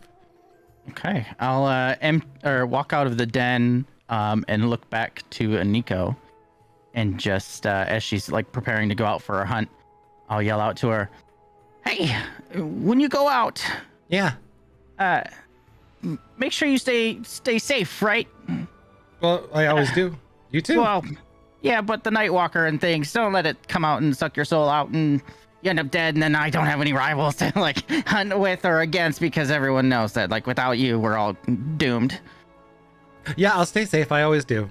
Can you guys please make sure he doesn't hurt anything or himself? Okay, bye. Okay, bye. And she takes off to the northeast, chasing after something. But you find quickly how much faster Gigi is than the rest of you out here. Assuming, not speaking for your NPC, but I'm assuming Gigi just takes off in the direction. Well, yeah, I'll look back, and after having that, be like, "All right, you said you could keep up. You said you can keep up. I just lost my words." And then he'll just look back and point to you all, and then just pew. He takes off at about 25, 30 miles an hour at a full run. Shh. Just bounding over the dunes, and you quickly kind of lose him as he goes over the next dune. Not wanting to lose yet another source of transportation and guidance in the desert, I'm just going to do full. What is it? What is the action? That's Sprint. Sprint. Yeah, just full sprint after him. You get a look back after you clear the dune, and you do your jump into the air, and you glide down to the next one, and look back, and you can see the group of them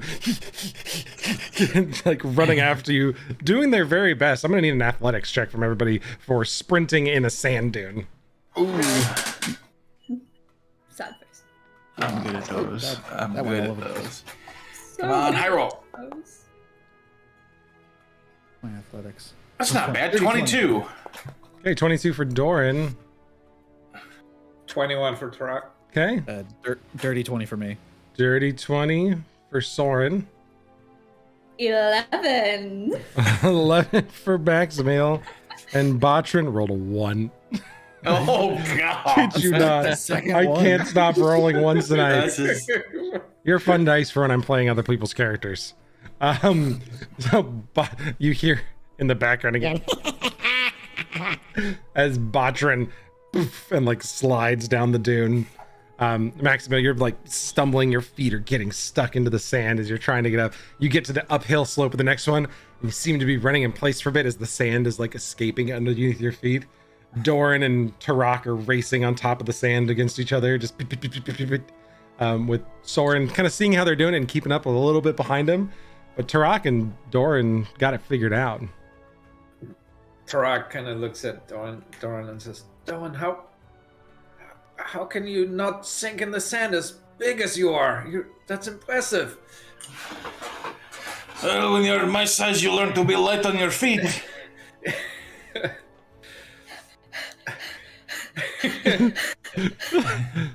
I understand your pain, Maximiel. I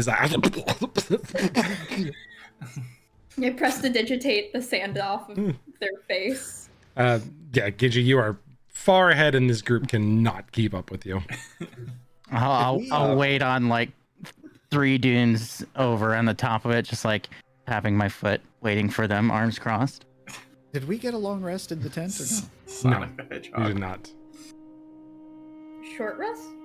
Short rest, yes. So if you need to take a short rest, you may, because you get a short rest. I would happily take that short rest. Yes. It takes you guys 2 minutes or so to catch up to Gidgy as you're going up and down the dunes. Some of you are there at about a 1 minute mark, just a little bit behind Gidgy, but takes you guys mostly 2 minutes for everybody to get caught up. And Maximiel and Batrin bring it up at the rear. I'm not used to this sand. It is coarse and gets everywhere, and I don't like running in it. Say that again. It is coarse and it gets everywhere, and I do not like running in it.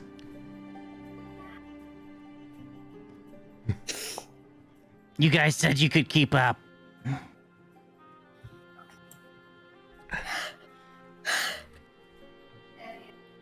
Maximiel's still catching her breath. The rest of you are a little out of breath too. I mean, Gidgy's fast on these dudes. And you guys were at a full-on dead-out sprint trying to keep up. Would you like me to go slower? I think that would be good. It has been a long few days for us, Gidgy. We would appreciate. Okay. Not quite your full speed, but still, make haste. We will let you know. I'll slow down a little, and I'll like slow-mo walk down the dune. Is it slow enough? Almost. Look back at Batrin. No. I think it's good. I could probably keep up with that. Yes, takes one step and poof, again. Okay, fine. We'll go slow. You guys can't keep up. Okay, cool. I'm gonna cast Enhance Ability, Bull's Strength on Batrin, so he has advantage on Yay! strength checks. I was looking for something in his spell book to help him out. But yeah. Just walk back and kind of pat him on the shoulder. Just, you'll be all right. Come on. Oh, I think so now, yes. Very good. And he'll actually, now he can keep up. You got a 13 plus his athletics. You got a 13, so Oh no! he's doing okay. Oh. 13 plus his athletics, so 13. He's doing his very best. They're doing their very best. Batrin is working hard. And Spackle just cackling the entire way. You get a little bit of ways, like a couple dunes away, and where the Kellich used to be disappears behind you, and you're all traversing the desert of Ashahoya, or the Ethereal Desert, of the kingdom of Ashahoya. In the dark of night, the sandstorm and the wind that had swept through, there's pretty much no clouds in the sky. You guys get a very clear picture. You can see the cracks in the sky a little bit towards the edge of the horizon, but from here you get a really crystal clear shot of the two moons.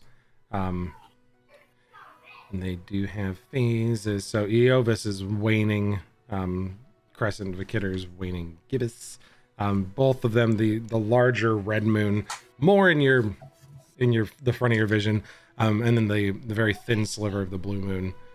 They both kind of wash the landscape and make the sand look a little bit bloody as you're traveling along it. But the night is you guys. This question has not been asked in 30 sessions.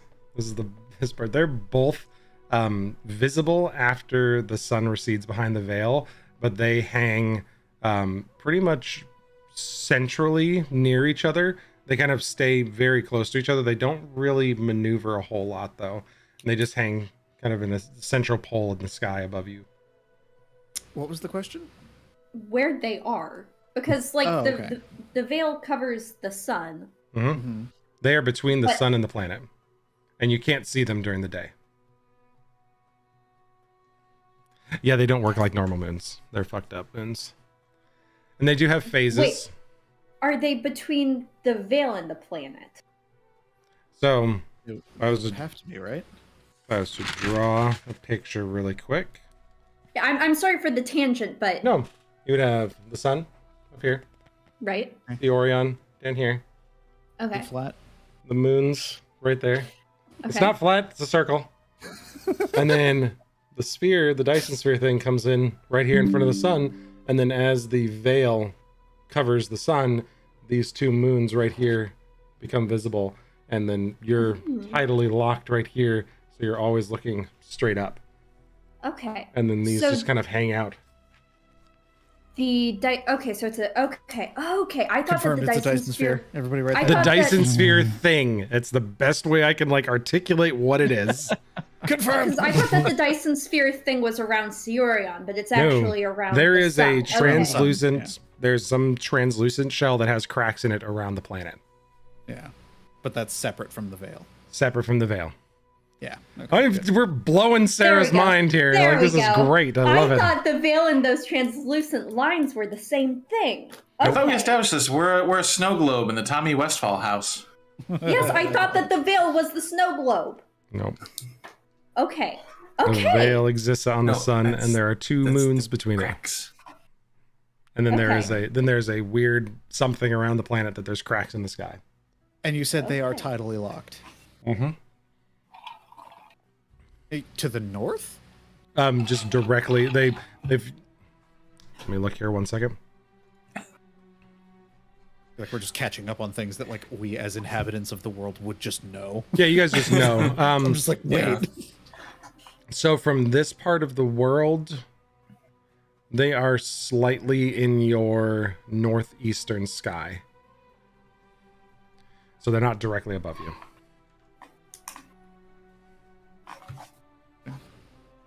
Okay. But I mean, we're talking like, 15 to 20 degrees to your northeast. And this is the problem having two like physicists in your game that are like actively going to question how the physics of your world works. Nate's thinking faces just kills me. He's just We're going to lose viewers too. We came here for dumb fantasy nerd shit, and you guys are doing dumb science nerd shit. Knock it out. yeah. Different nerd shit. I don't like it. Blah. Huh. So you guys are walking with Gidgee through the desert. Ben, I sent Yeah. you a message. Oh, Can yeah, you sorry, I confirm was- or deny. I was busy. So it's all good. Confirm or deny. Deny. Deny it all.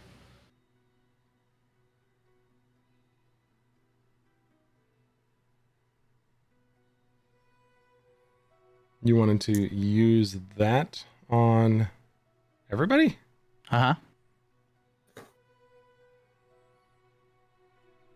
Yeah, okay, yeah. You can start Sweet. speaking strange words that they don't understand. Josh can describe exactly what happens, but Gidgee is clearly tired of this and begins casting a spell on you all. As everyone's like slowly following Gidgee, he's like, I don't have time for this, guys.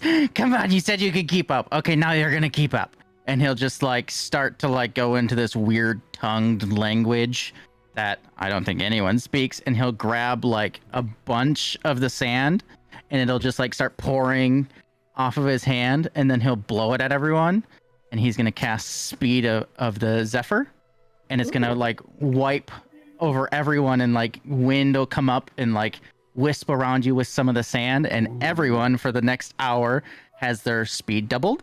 You also gain +2 to your AC. You have advantage on dexterity saving throws, and you gain an additional action on each of your turns For an hour? for an hour. Oh. Hot dang! And then there's some other things in there, but it's for me, not you. And Gitchy will say, now can you keep up?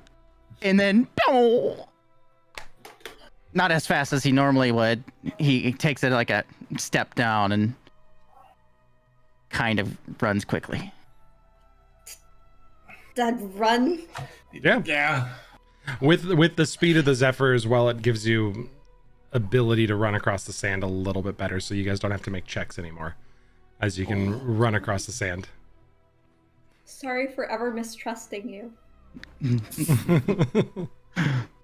But you guys are able to run and keep up and have conversation as you make your way across, and with that speed of the Zephyr increasing your speed, you're about a day and a half's march out probably from this destination.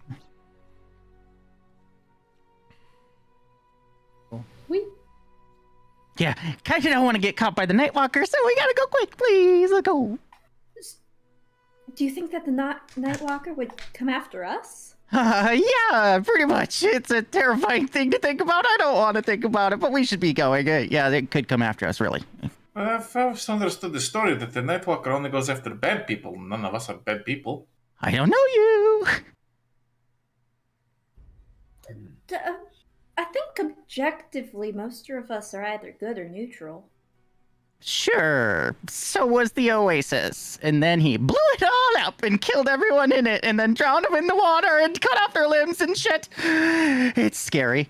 I don't want to be cursed to walk here by myself at night and be alone with the Nightwalker holding me and taking me to see all of the other children that were kidnapped and slain and sacrificed, and who knows what happens at Retchik. It's a crazy, shitty place. Gidgey, please, calm down. Wait, Take breath. Gretchen? Yes. Yeah. What happened there? What hasn't happened in Retchik? Have you ever been there? It's kind of crazy. Uh-oh. Rip Sarah. Or so we won't be able to hear. We won't be able to hear magic or Sarah. No. The Nightwalker got her. Oh no! She was taken. It's too late. It's too late. We gotta wait for Sarah to come back, because we will have Magic and Sarah back. There we go. About that. No problem. So sorry about that. My That's okay. Discord just. It happens. Mine's been randomly restarting, like. Also, That's like fun. I click my video on and it restarts every now and then. Yeah. It's fun, isn't it? It's great. Love it. Yay! Technology. Yeah, Retchik. Yeah. It's a really terrible place if you haven't been there. Doesn't that sort of lend to the point that only bad people suffer the Nightwalker? No. Has the Nightwalker been to Retchik in your stories? I don't know. Oh, okay. The things that I've heard have been wild and crazy, and the ones that stick home are from my family, so I trust them a little bit more than the crazy wanderers and the people that I come in contact with. Right. Especially at the Oasis. There's a lot of weirdos there, but it's actually kind of nice now. But story has it. Oh, yes. No, go ahead. Tell us the story, Yeah. then I will ask. Yeah, story has it that children were sacrificed from Retchik. And then something took them in the night, and I don't know why, but Nightwalker and things happened. And Oh. What does this Nightwalker look like? Has anybody seen that? the last time I heard someone see the Nightwalker, they were killed almost immediately. Oh, wait, there was this one girl. Actually, I think she's at the Oasis. Well, that's convenient. What did the girl look like? Well, like a girl? Human? Human? Okay. Yeah, she's young. Well, Okay. numbers are strange for me. I don't know how young humans get, but they're smaller ones. She probably grew up a little bit. She's not as big as the big ones, and especially not wide like the big ones. But her name's Shauna. She's super nice, Okay. but apparently she survived it. And did she Good to know. what this Nightwalker looks like? It may be good for us to know in case something like that approaches us. Okay, close your eyes. As you're all running across the dunes, close your eyes. No. Okay. Let's hold on. Stop real quick. Okay. This is important. Okay, you're asking, what does he look like? Close your eyes. Yeah. Do it. Close them. Nice. You see it? You see it? Describe what you see. No. Just dark. Darkness. It's dark, right? Right? Some like Right? spots. A really big bright spot that's like kind of floating. Stop across looking my at the eyes. suns. Moons. Moons. Yes. But it's dark, right? Right. Now imagine this is where it gets kind of crazy. You gotta use that thinker inside that head of yours, which I know you all have, and well, maybe I don't know. Imagine hands, lots of them, coming out of the night and grabbing you and stealing you away and then sacrificing you to who knows what's out there. It's kind of scary to think about. Gidgey, if I may make a suggestion, I have one word for you, my friend, and it is decaf. I don't know what that is. Yes, we can. Yes. Seriously, I don't know. If I've seen him, I'd be dead. Have you tried meditation? Yeah, all the time. We're What do you think I do burning. during the day when I can't see? That's all I do is underground, and we have time to We're meditate. burning moonlight here. Let's We run. should keep going. Yes. Yeah. Let's keep going. But yeah, don't get caught. If you're left behind, I'm gonna leave. That's why I say fair. keep up.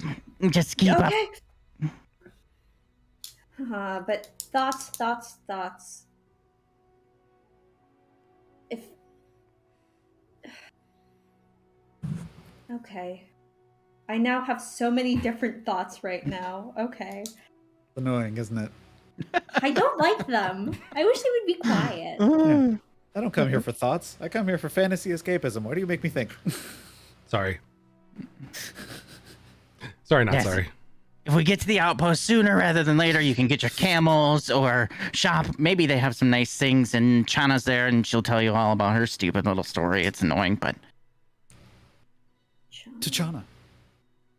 To the oasis. Okay. Not getting eaten by the Nightwalker. yes, I let's mean- not do that. Do you guys press on through the next day as you're running? Uh, Or are you going to stop for a breather overnight? Because you can take a level of exhaustion if you want to get there much quicker. Or you can... Already No. at 1. I'm already at one. No. Okay. The 2. Take a rest for our friends who need it. Make a survival Biggest check. hand. Like, as you guys are running through the night and the veil is starting to recede and the sunlight's coming back, make a survival check, everybody. Can Gidgey make a survival check? Gidgey can make a survival check with a... Let me look really quick. Actually, Gidgey's pretty strong. A pretty strong hunter. So Gidgey can make a survival check with a +8. Okay. No. I got a 5. That's 4 for Tarak. 17 for Doran. 15 in total for Gidgey. Doran coming back to save the day. Doran, the rest of you see dunes as far as the eye can see, but Doran, out in the distance a little ways behind one of the dunes, you can see solid rock kind of peeking up over the dune with some sand on top of it, indicating some sort of overhang, like an outcropping. But more importantly, solid rock. I pointed out to Soren. Soren, solid rock. Oh! But are we going to stop now? Well, the veil will be receding soon. It's going to warm up terribly. That's a fair point. Fuck it. I'm heat resistant. You are not. It's just. Because I But lived more in the desert. importantly, it is a solid surface. It's true. I'll take out the doorknob and just please don't fuck me. Okay. It doesn't work, does it? You place the doorknob. I need a confirmation. One hot second. Yes. Yes. Yes. This is, Guess what? there was a joke between me and Josh about this item, but okay. So you place the doorknob on the wall, and now that you're actually on a solid piece of rock, you see the line appear at the bottom of the sand. It looks like almost like something's moving as it goes, and this door cuts into the rock as the knob of Hearth and Home attaches, and you can see a door visible in front of you now, and the knob is stuck to the rock. Well, that's crazy. Wait until you get inside. We're going into the rock? After you. You'd be surprised. Me? Pull open the door. Go on. See what you think. What do I see? You open up to what appears to be the interior of like a shop. There's a very small area in there with like a counter and some people, not people, sorry, but some different things out for sale. And there's another area off to the backside. There's some stairs that lead up. And as you look off to the right, there's a few tables. And someone standing behind a very small, like 4-seater bar off on the side. But it's 2 segmented rooms. There's like a small, like common shop area. And then there's a, like a little tavern kind of sitting, like coffee shop almost, like a little coffee shop inside the bookstore. You know what I mean? And then there's some stairs that lead upstairs, but you do see a figure behind the bar off in the distance. Gidgy doesn't like this, and he'll just like go behind the big one and start like pushing him in. Hey, would you watch where your hands are going? And no, you watch where you're going. I want to see what happens. Don't let me get killed, please. He's ticklish. Oh, really? Would you just... And so, and how exactly do you know that? I'm very observant.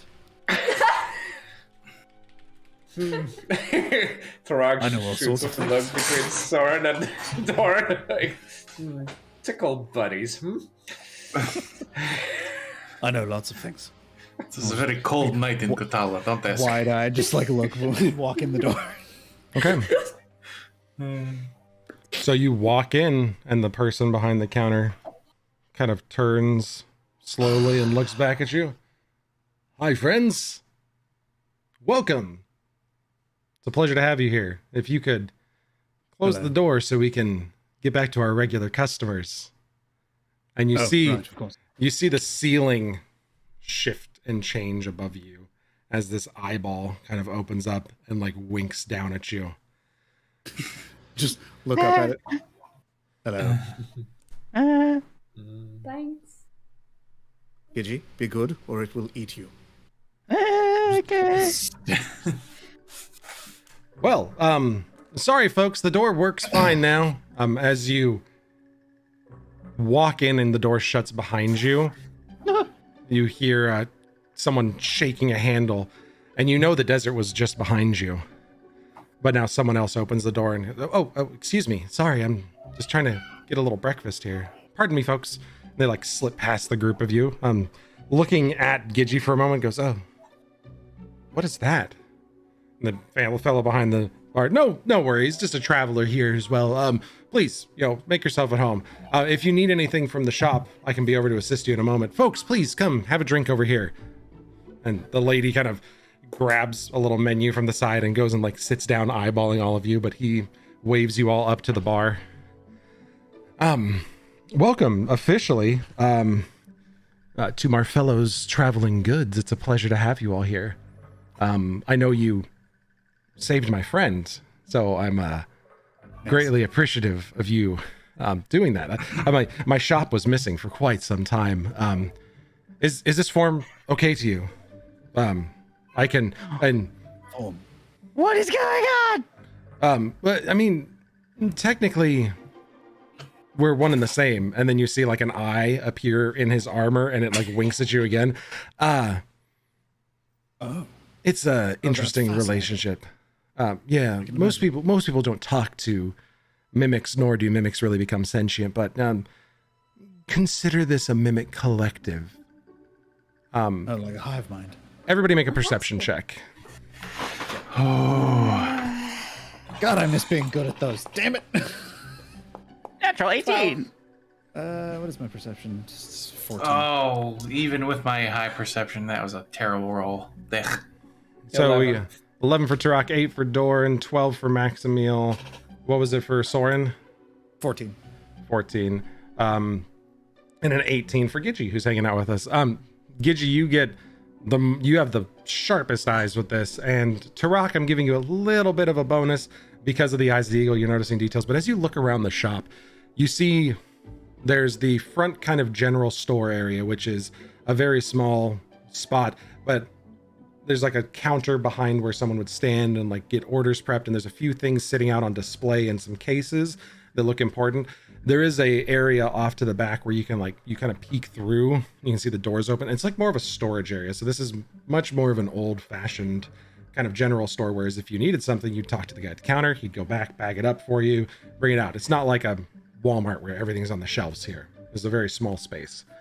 And as you look over to the other counter, all of you notice another copy of Morphello just kind of go and like morph up out of the floor.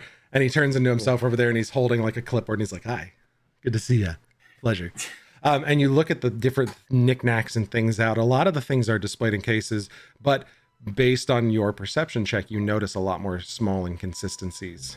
There's a small chest on the counter that's just sitting there that's open and has some gems in it. And even with the lower perception check, you see the lid close and like one eye opens up and it goes and it opens the mouth back up and this little tiny chest is sitting on the counter again. But there's little pieces of mimic kind of spread out amongst all of these general goods. You said the guy's name is Morphello? Morphello, yep. Morphello. Oh, it's an interesting relationship, but we get by. We like to travel and see things, and our gracious host, whom we all live with, was taken from us a long time ago, and we've lost a lot of our friends because of it. But we travel and sell goods and make acquaintances, swap stories, and all mimics aren't bad. I promise you that. Fascinating. But these goods you sell, they're not also part of you, are they? No. We trade in actual legitimate goods most of the time.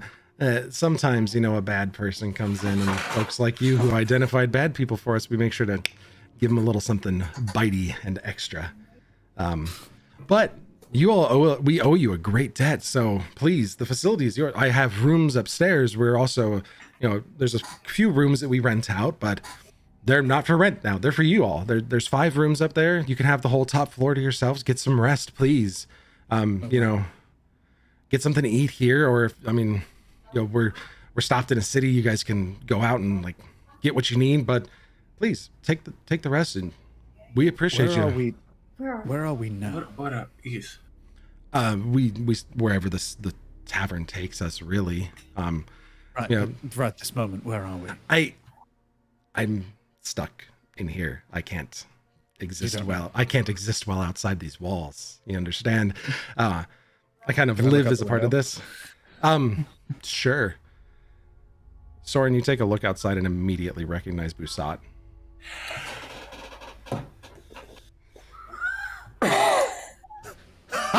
Oh. Everybody, I have good news for us. We can I'm not dreaming. We can circumvent all that horse shit about trekking through the desert and catching a ride on the city or whatever. I'm home. Wow. I mean, if you want to call the tavern home, that's fine by me, but... No, out there. That's home. Doesn't matter. Never mind. Thank you. We're in Busat? Seems like it. What? How? The person that used the handle after us. No, the knob. No, the building moves.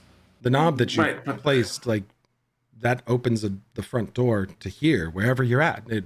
Wherever we are, wherever you are, it creates a door, then you walk through and you're here. It's the hearth and home knob. Are you going to leave that knob in the desert, though? Oh, God, no. I'm going to go pick it up, but... Okay. It is interesting to be here. So, can we pick up the knob and still come in here? I see. Wait, who opened the door among you? That would be me. Okay. So the problem is, when you walk through that front door again, it's going to take you back to wherever you were. And then when the door closes, you can pick the knob up and you have it again. I would really prefer you don't leave it there, because the last time it was left somewhere like that, that's how we ended up in our conundrum. Fascinating. Even though All we right, are never mind in then. Busat, we cannot technically. Well, the rest of But you are can- free to leave if you want to go outside and explore the city. It's a wonderful city, but you can take Soren out. You just have to open the door for him. See, when Soren touches the handle, he'll okay. open the door back. So he can leave. But By if all we open the door, means, if you open the door for him. of course. Interesting. An So- odd little trinket. It's very nice. You know, when we made it back, and as soon as we were all collected again, the tavern brought us to a place we'd been before. Busat's a wonderful trading hub for us. It's always hard to tell. And you look at the windows, and you kind of had to get up and like rub one to really see. You remember the glass was all warped and strange looking when you looked in. But just because you are from here, you take one look outside and know exactly where you are. But from a distance, the windows are kind of odd, and you see shapes of people walking up and down the streets. Yeah, you are definitely at home. The city we're in. Yeah, you are. This is why I was laughing at Josh. We made a joke like way back when you guys got this item, and I'm going back to old notes, which is why I had to like double check. The joke was, man, wouldn't it be funny if you guys like never use this, because the first place I want it to be sitting in is Busat, and then we just totally forgot about it until you guys were like, hey, Knob, and I'm like, oh my god, is it actually Busat? And Josh is like, you can't change it, it's canon, you have to leave it. Yeah, you guys are in Pars Heath, off on the western side of the city, pretty close to the ridge, so in the nicer part of Pars Heath. And I apologize to everybody else who doesn't get to see this yet, because it's like in a Google Drive folder, because I didn't expect to be here today. How tall is the door handle from the door? Door handle's about 3 feet up, like, so I mean it's like face level for you. Okay. Gidget just kind of like backs away from everybody and is like twiddling his hands, and he's just like, you guys can stay here. I'm gonna go back and be in the desert because I didn't agree to this. You know, he'll just open up the door. It opens out to the street, and there's a bunch of people, and you are in the middle of a city. You're in a desert, but you're in the middle of a city. Gidget, don't worry. We'll get you back home. That's fine. Technically, wouldn't that happen, Soren? If you open the door, it goes back to the desert, and you can just leave. Yes, I suppose. Does it shunt us out if I open the door? Well, if you... Oh, we've never had anybody just open the door for somebody else and then leave it. I mean, technically, he could take the handle off the other side. Then we lose our access. Yes. Yeah. It's all right, Gidget. We'll get you back to your desert. Don't worry. We're not. I just open and close the door. Somebody's like, there's a decently dressed looking half elf standing outside going, are you closed? Can I come in for some coffee? Come back later. It's okay. Okay, I'm sorry. And he just leaves and heads down the street. Marfello, maybe some calming tea. Yeah, right away. Sure. And Coffee for me. goes and Decaf. starts making Yes. coffee and tea. We have some calmer blends that don't have any That jittery would be effects. best for that one. Okay. Yes. Yeah, let me go get some. It'll be just a moment. D takes off to kind of the back. It's weird.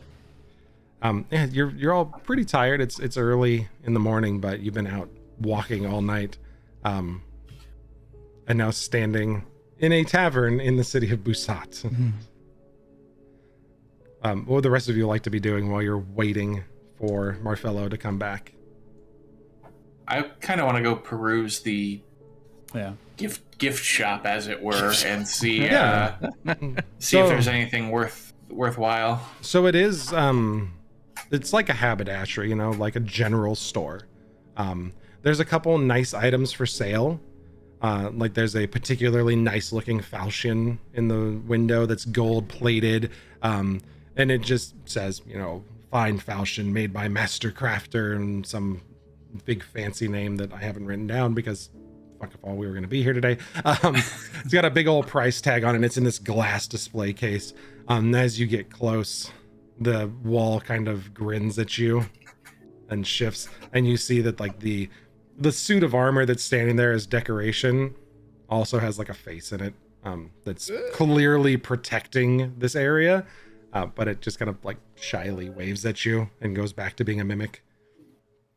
There's the beautiful falchion. There's some books on the shelf. There's a lot of like herbs available, but there's a big catalog on the front desk, and another copy of Marfello pops up. Did you need something, Master Dragonborn? This is a full general store. I've got rations, oil, adventuring supply. I got rope, grappling hooks, pretty much anything that a adventurer in the city might need. Spell books. We have 1 or 2 spell tomes available. They're kept in the lock case here. Most of my general goods are in the back. You just gotta tell me what you need, and I'll happily go grab it for you. I don't think you have what I'm looking for specifically, but What are you looking for specifically? well, I want something to possibly make myself slightly more hardy in a fight. Well, unfortunately, we don't carry a large supply of magical goods. Most of what we earn is in trade, and we are, as you know, rebuilding our supplies right now. Our stocks are very low, and we're trying to regain our business footing. But that's what the cafe is for. It gets a little money coming in, and we, begin to expand our availability. Of course. And that's what partly helps being a traveling tavern, is I can go anywhere and shop. Perhaps I will get lucky in Busat. Perhaps. It's a large city, and if that's where we are indeed, there's plenty of shopping to do here. Yes. And ask your daydreaming friend over there, who seems very excited to be home. Soren Truck makes me... We're in Busat. Aren't we owed some money for that long time ago? Yes, Small yeah. amount, yes. I believe it was 50 Also, gold. Tarok, we have some money that you are holding in that very large change purse of yours. I have not forgotten about that. We just have not had a chance to divvy it up yet. Well, listen, we're not doing anything else right now. It would be a good time to divvy it up. You see, as you're Yes. discussing, That's right. But a third copy of Morfello is now serving the lady who had come in behind you. And then the Morfello that had gone back into the kitchen comes back out and hands Gigi a cup of tea and like a little biscuit, and brings the rest of you various coffees. And there's a full bar of creams and sugars available, sweets if you're hungry. Gigi, you're given a very calming lavender and chamomile tea that takes a bit of the edge off for you that you didn't realize was there before. It kind of blunts that sharp edge for you. Nice and shaky. You just hear the clatter of. The rattling of the cup against the yeah. This is fine and drinking tea. Your friend seems a little concerned about his surroundings. We were just in a desert. He's very on You're edge. still in a desert. We were in a different desert. This is Well, actually, maybe I a don't know. Gigi, We'll go do you back. like sweets? What? Maybe Do you like not so sweet much things, sugar. Gigi? The sugar. Does it involve lizards? No, not so much. So, What about rabbits? No. How about I do herbs? have Do you like herbs? I do have a nice rabbit stew, if you would like some. Just herbs. I think that will suffice, yes. The tea is available, and then just like moments later, this like scoop of like a hot bowl of soup comes out. Oh. Just pound the I tea. I ask, do you have any herb alcohol? Perhaps that will calm our friend Oh, a little. just wait a more. moment. Just hold on.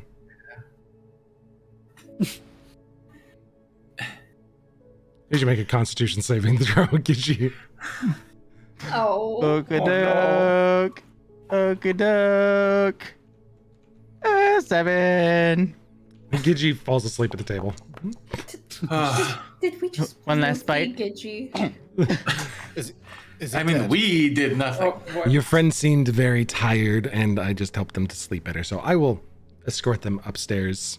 Just Lovely. well, can you take him up, please? He looks up at the tavern roof, and then this facsimile of a person appears that kind of like slurps out of the walls and kind of scoops up Gidgey, and then as the person's like trying to look, Morphello, like another copy of Morphello, quickly steps in front of the lady. He's like, "Ma'am, is there anything else I can get for you?" And she's like, no. And then just Gidgey's taken upstairs. There's a beard hair attacking my nose. It's driving me nuts. It's the best, isn't it? Yeah, I know. And Yeah. Gidgey's taken up to sleep. Yeah, I mean, tavern's yours to rest in. Is there anything that you all need that I can help you find? Maybe I could make a recommendation. I have traders come in all the time, so if you're in need of something, we could point you in the right direction. But he seems to know the city pretty well. Well, I've lived here my whole life. I ought to. I think there's a place we should probably go to first. Yes. Well, I don't know how I feel about that, actually, now that I think about it. I didn't expect to be here, and knowing that we're going to be going right back seems almost cruel. Hell with it. Why not? Let's go meet my family. Who wants to meet my daughter? She'll love you all. Oh, I'm excited. And it's better to see them for a little while than not at all. Yes, at least you can explain that you are safe and still need to travel. And not left worrying about you. Well, True. I mean, how much do you trust this Gidgey to make a fair exchange? Maybe you convince him to bring the knob across the desert for you. That's an option. I do not think he would do that. No. He seems to have a predilection for shiny things. I have a lot of And shiny things here. And It's if, also a long, dangerous journey. We were in the Ethereal Desert. well, I assumed so. He's a Bayaji. They're from there, so Well, we will have to bring it up with him when he is conscious. It's up to you how you'd like to handle it. We are eternally in your debt and would love for you to still be able to visit us here, but we would like to Our recover that desire knob. as well. Yes. So, Before anything else, Tarak. Perhaps we can entice him with a more shiny object in exchange for the knob, and his speed seems to keep him safe. Could probably get here quickly. But how long would that make us stay in Busat? And would we still be here by the time he returned? I mean, we know how often we get chased out of cities. And how often we find ourselves teleporting between strange new locations. Case in point. Well, we would not have to leave then. Find ourselves a few odd jobs around here. I'm sure there is somewhere our skills could be put to use. Hey, Ben. yeah. Given my intimate knowledge of the Ethereal Desert, how long would it take someone like Gidgey to get across there? Do I know? Or do I, calculate in my 11 intelligence brain? 12! 12 intelligence. I mean, it would probably take Gidgey a couple weeks to make the journey. There and back? Like to the if Gidgey walked through, pulled the knob, and then came to Basad, it would take about a week and a half to 2 weeks. That's That's not terrible. Not bad. And we could give Desert, him many shiny objects. Desert creature, knows the terrain, probably gonna be able to make it happen quick. We promise him any So many number of shinies. shiny objects from this store. I'm sure he would. But well, again, we have to ask him when he is conscious. He's Right, of currently course. passed out upstairs. Yeah. Okay, but that is an option. I mean, that'll leave us in Busat for a couple weeks. We can visit with your family. We can find things out from the university. We can help some Opposi's kids when they get here. It's true. How surprised they would be if we are here before they are. That would be quite the thing. Plus, we can still go shopping. Yeah. I need to And go then we- shopping. Look at Tarak like, Oh, that reminds me. Turning back to Morfellow, the books that you said you might have. Yeah. Books. I have a couple of spell scrolls available right now. I don't have any books, unfortunately. I'm still waiting for someone to find a wizard. Yeah, give me just a moment. I can go grab them for you, and he'll run back and grab a couple spell scrolls that he has available. I get to do wizard stuff. copying All right, my spells. In the meantime, shall we divide these platinums that we have? Yes, please. Please. All right. We will need the money to go shopping. So 4 ways? Oh. 5 5 bathrooms. ways. Oh, Start 5 here. ways, right, Batron. Yes. Yes, I... Yep. Right Don't there, forget Batron. Batron. Hello. know. Yes, I would like my money too. He's just been very quiet. I've just been very confused. It's like one thing Batron does is he like very intricately starts like checking over his body for boils and lesions and like takes a little bit of a lotion and is like applying it to their arms and stuff. Just let's be careful with that rot. Right. Oh, Imana. After a moment, Morfellow comes back out and has 2 spell scrolls for you. A spell scroll of Knock and a spell scroll of Delayed Blast Fireball available for sale. This one is very expensive, very powerful. I couldn't part with it for cheap. But the other one, this one for Knock, I mean, this one's pretty cheap. I don't have a problem. While they're doing that, Tarak is there, and he's kind of tries to be out of eyeshot maybe of other people and divide the platinum up into 5 even chunks of 50 platinum each while all that's happening. Okay. Cool. What would the knock spell scroll be? I know I can't afford and probably can't even cast the other one, so save the time. Yeah, the Knock one, 110 gold.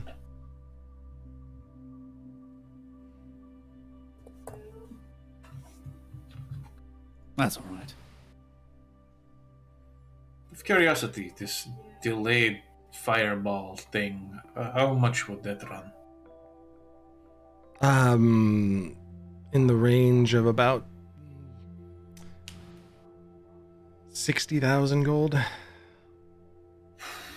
The 7th level All spell. our platinum pool. Talking do we very not- advanced Yes. magics. Yeah.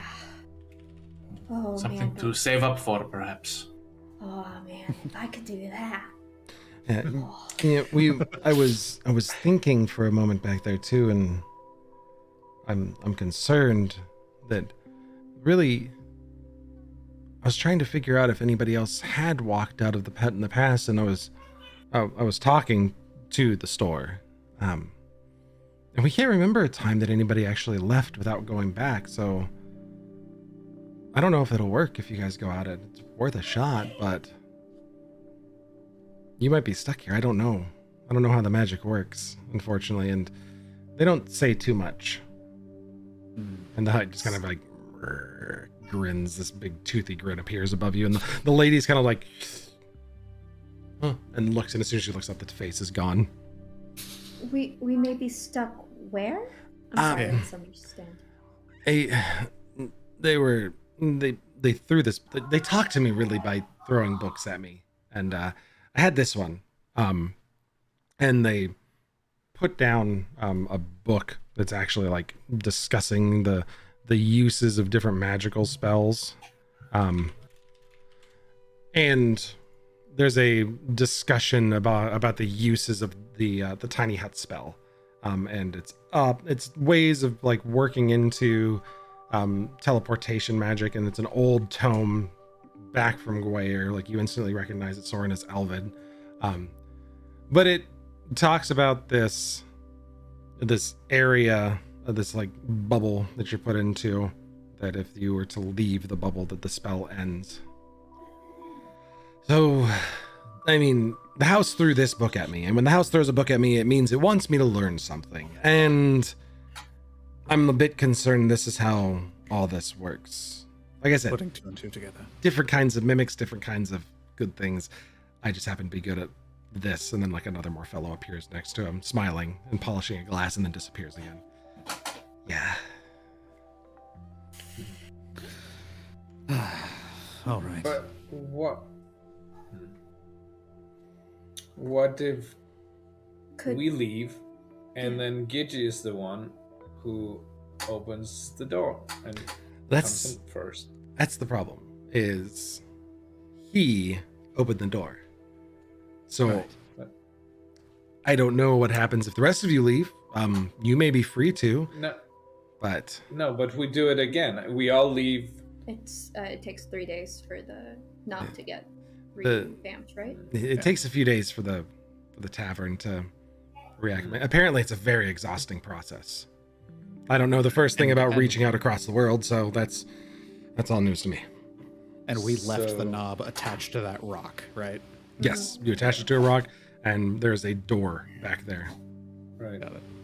So 3 days from when it was first cast.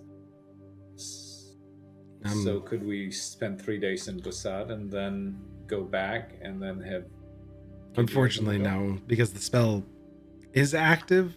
So as far as I know, you can stay here for about a day, and then you need to go back, and then 3 days from them. It's usually the cadence on when we would see people that we gave this to. They'd come here, stay for a day, and then a few days later they might show up.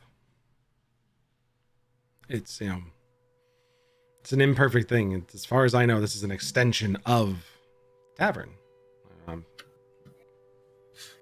It's a mutually beneficial relationship, and they don't divulge much to me. So even though we are literally placed in the middle of Bussat, we cannot leave. Well, we don't That know if seems- it's we or if it's just Soren. Either way, that seems like a cruel prank. It does, but would you like? You might be able to leave, miss. I don't know. But I don't think he can go without being sent back, and that may be violently catastrophic to you. I'm not sure how often you've been ripped through wormholes or teleported around, but I'm sure it's not healthy. Well, More than you than- think. More than Would most you- people, I would wager. Well, knowing where you were and where you found us, then yes. you know where would you like to see them? I know is this what you're thinking about, but perhaps if you would like to see them just to tell them you're safe, we could bring them here. I have something better. Summon Astrid. And I'll hastily start writing down a note. Just tear a page out of my book. And basically just give them directions to the tavern. Okay. Pass it to my familiar. Hold on to this. Take it home. You haven't been there in a while, but I trust you. I have a scrap piece of paper now.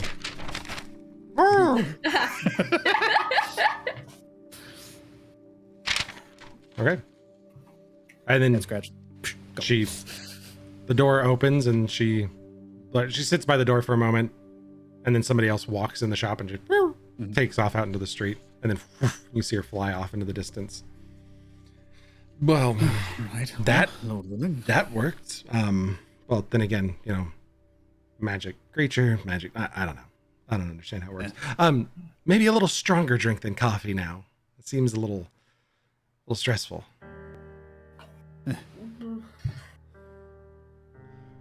I'm fine. Okay. Can't get you all anything else though. Otherwise, I can show you up to the rooms. They're quite nice. You can get a place to rest. Turn in for the evening, even though it's bright outside. I think some rest will do us all well. Yes. Okay. Yeah. You're taken upstairs to the rooms, and as you get to the top of the stairs, you see this massive open room with kind of like a soft feather bed in the middle that's surrounded by a pile of sand, and Gidgey's just sprawled out on it, snoring. But as you approach the top of the stairs, you see the entire thing shift and move, and Gidgey's like taken into a room back into the distance, the whole thing sliding and moving rooms around. And a room appears for each of you. Maximil would like to be in someone else's room. Each room has a face on it, like a caricature of your face. Oh, God. could you please put my caricature on someone else's door? Maximil, The door winks at you, and then it disappears, and your face goes next to Doran's, and the two of you are like side by side, just like happy on the door. Thank you. Forgetting for a brief moment that you are all symbiotically hooked up to this tavern at one point.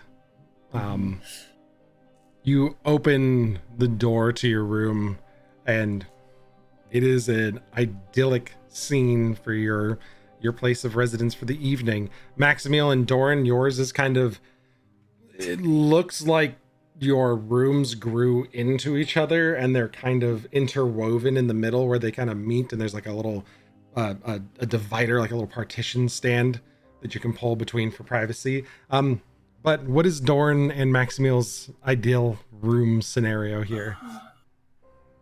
Doran's side is a very simple, like, cot, bare walls, basically a recreation of his living situation back in Oodland with his family. Very bare bones, but homey in its own way. Maximil? Which contrasts greatly to Maximil. Yeah. Strangely enough, her idyllic room has changed, and it now looks like a very cozy but like fairly common inn. And so like if you were to look at a room and be like, ah, yes, that right there is a inn, that is what the room would look like, just someplace on the road traveling. Okay. Tarak, your face is on a door. You open it, and what is the inside Tarak opens it up, and it looks like the inside of a tent with a kind of a hole in the middle of the top, kind of like a teepee, with a fire burning, and some skins, like fur, on the floor, and that just reminds him of the times when he was happiest growing up, when he was a young kid, and spending time with his mother and father, and when his dad told him stories by the campfire or by the fire in the tent. Okay. We will put a pin in this point and let Botrin describe his as well when David's back with us next week. But Soren, what does your room look like? My room, it's very homey. There's a kind of reading nook with a little couch built into it, little table there. Simple bed, kind of craftsman-esque sort of style to the home, or to the homey vibe. Yeah, it's just it's warm colors and comfort. Okay. Little piece of home. As you all kind of get into your rooms, and as I'm sorry, before we all go in, Tarak hands everybody 50 platinum. Oh, you guys are Nice. rich. Hey, You all, Ben. yes. Except, How many- except for taking. Yeah. How many bedrooms are there? Now it's changed to where there's 1, 2, 3, 4, 5 rooms, and Gigi is in a room on their own. But Diggin didn't There's have a room? Nope, Diggum was never hooked up to the tavern. Okay. Checking. Yep, he was never physically hooked up to the tavern.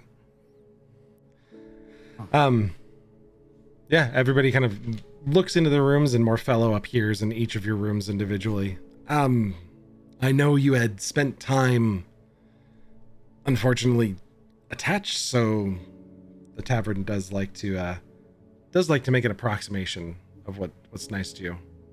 So I hope it's enjoyable. Do you need anything else? I can have it brought up right away. It's really simple if I want to bring things up. It's really nice. And then he points down and this hole appears in the room. He is simultaneously having this conversation. You can hear distant echoes in the hall as this conversation is happening in multiple rooms at once. And in each of your rooms simultaneously, this little hole appears and the tavern just sends up a glass of water. Thank you. It's very convenient. That's probably the best thing about staying here. That's why we don't give out those knobs so lightly. It is perfect. Thank you, Morphello. And you hear, all of you, a knock at a door, and Morphello turns and looks behind in all the rooms, and Soren, standing in the doorway, is an Aasimar woman. Soren? And that's where we're going to end tonight's session. You can do it, Walk Soren. down the stairs a little bit. Just hello. And that's all. That's where we'll end the get the rest session of it later. tonight. Yeah. Sarah, don't cry. Oh, so yeah, back in Interesting. Busat, very interesting. Man, I can't believe I left that note for you months ago, Josh, and this is what fucking happens. Josh immediately, remember! Right when he said it, I was like, yes. That's why I was like, I need to confirm, and Josh's like, yes, you're not changing this, Ben. You said it, it's happening. That's Yay! funny. Oh my god! Cool. Very fun session, everybody. Thanks for escaping the sandstorm and then suddenly deciding to whip out that knob that's been waiting forever. Yeah. I haven't needed it yet. In the right place, the right time, apparently. Thanks everybody on stream for joining us and hanging out today. We stream every Monday at 4:30 Central Time. Yes, It's a fun 5:30 time. Eastern. It's fun time. Session 30. That's a wrap.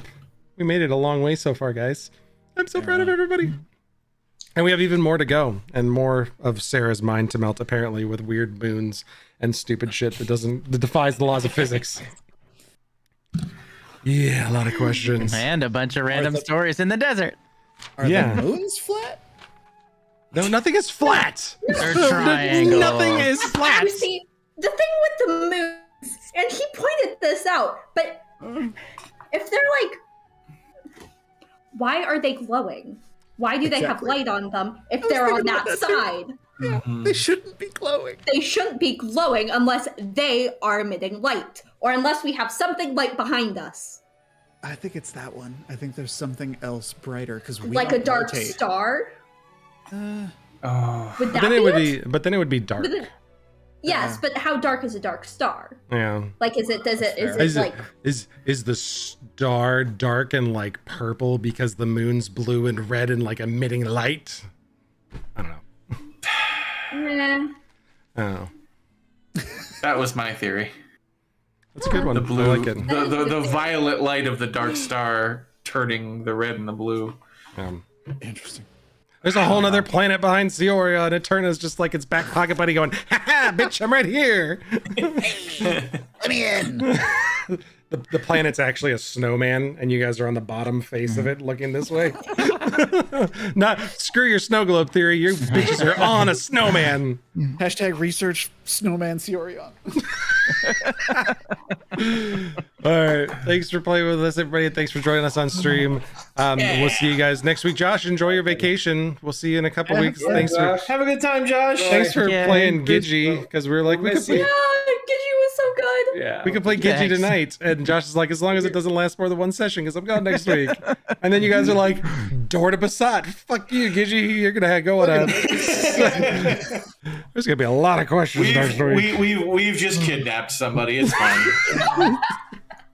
My family is ruthless. Oh, man. You just created an arch enemy.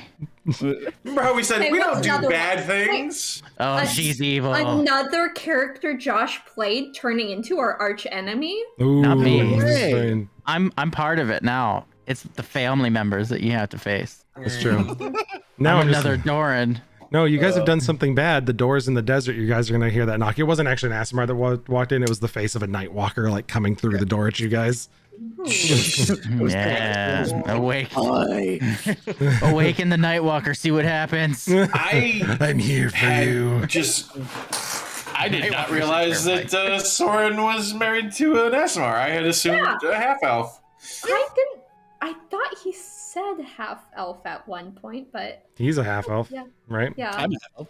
Yeah, I did not expect. Asimar, that's cool.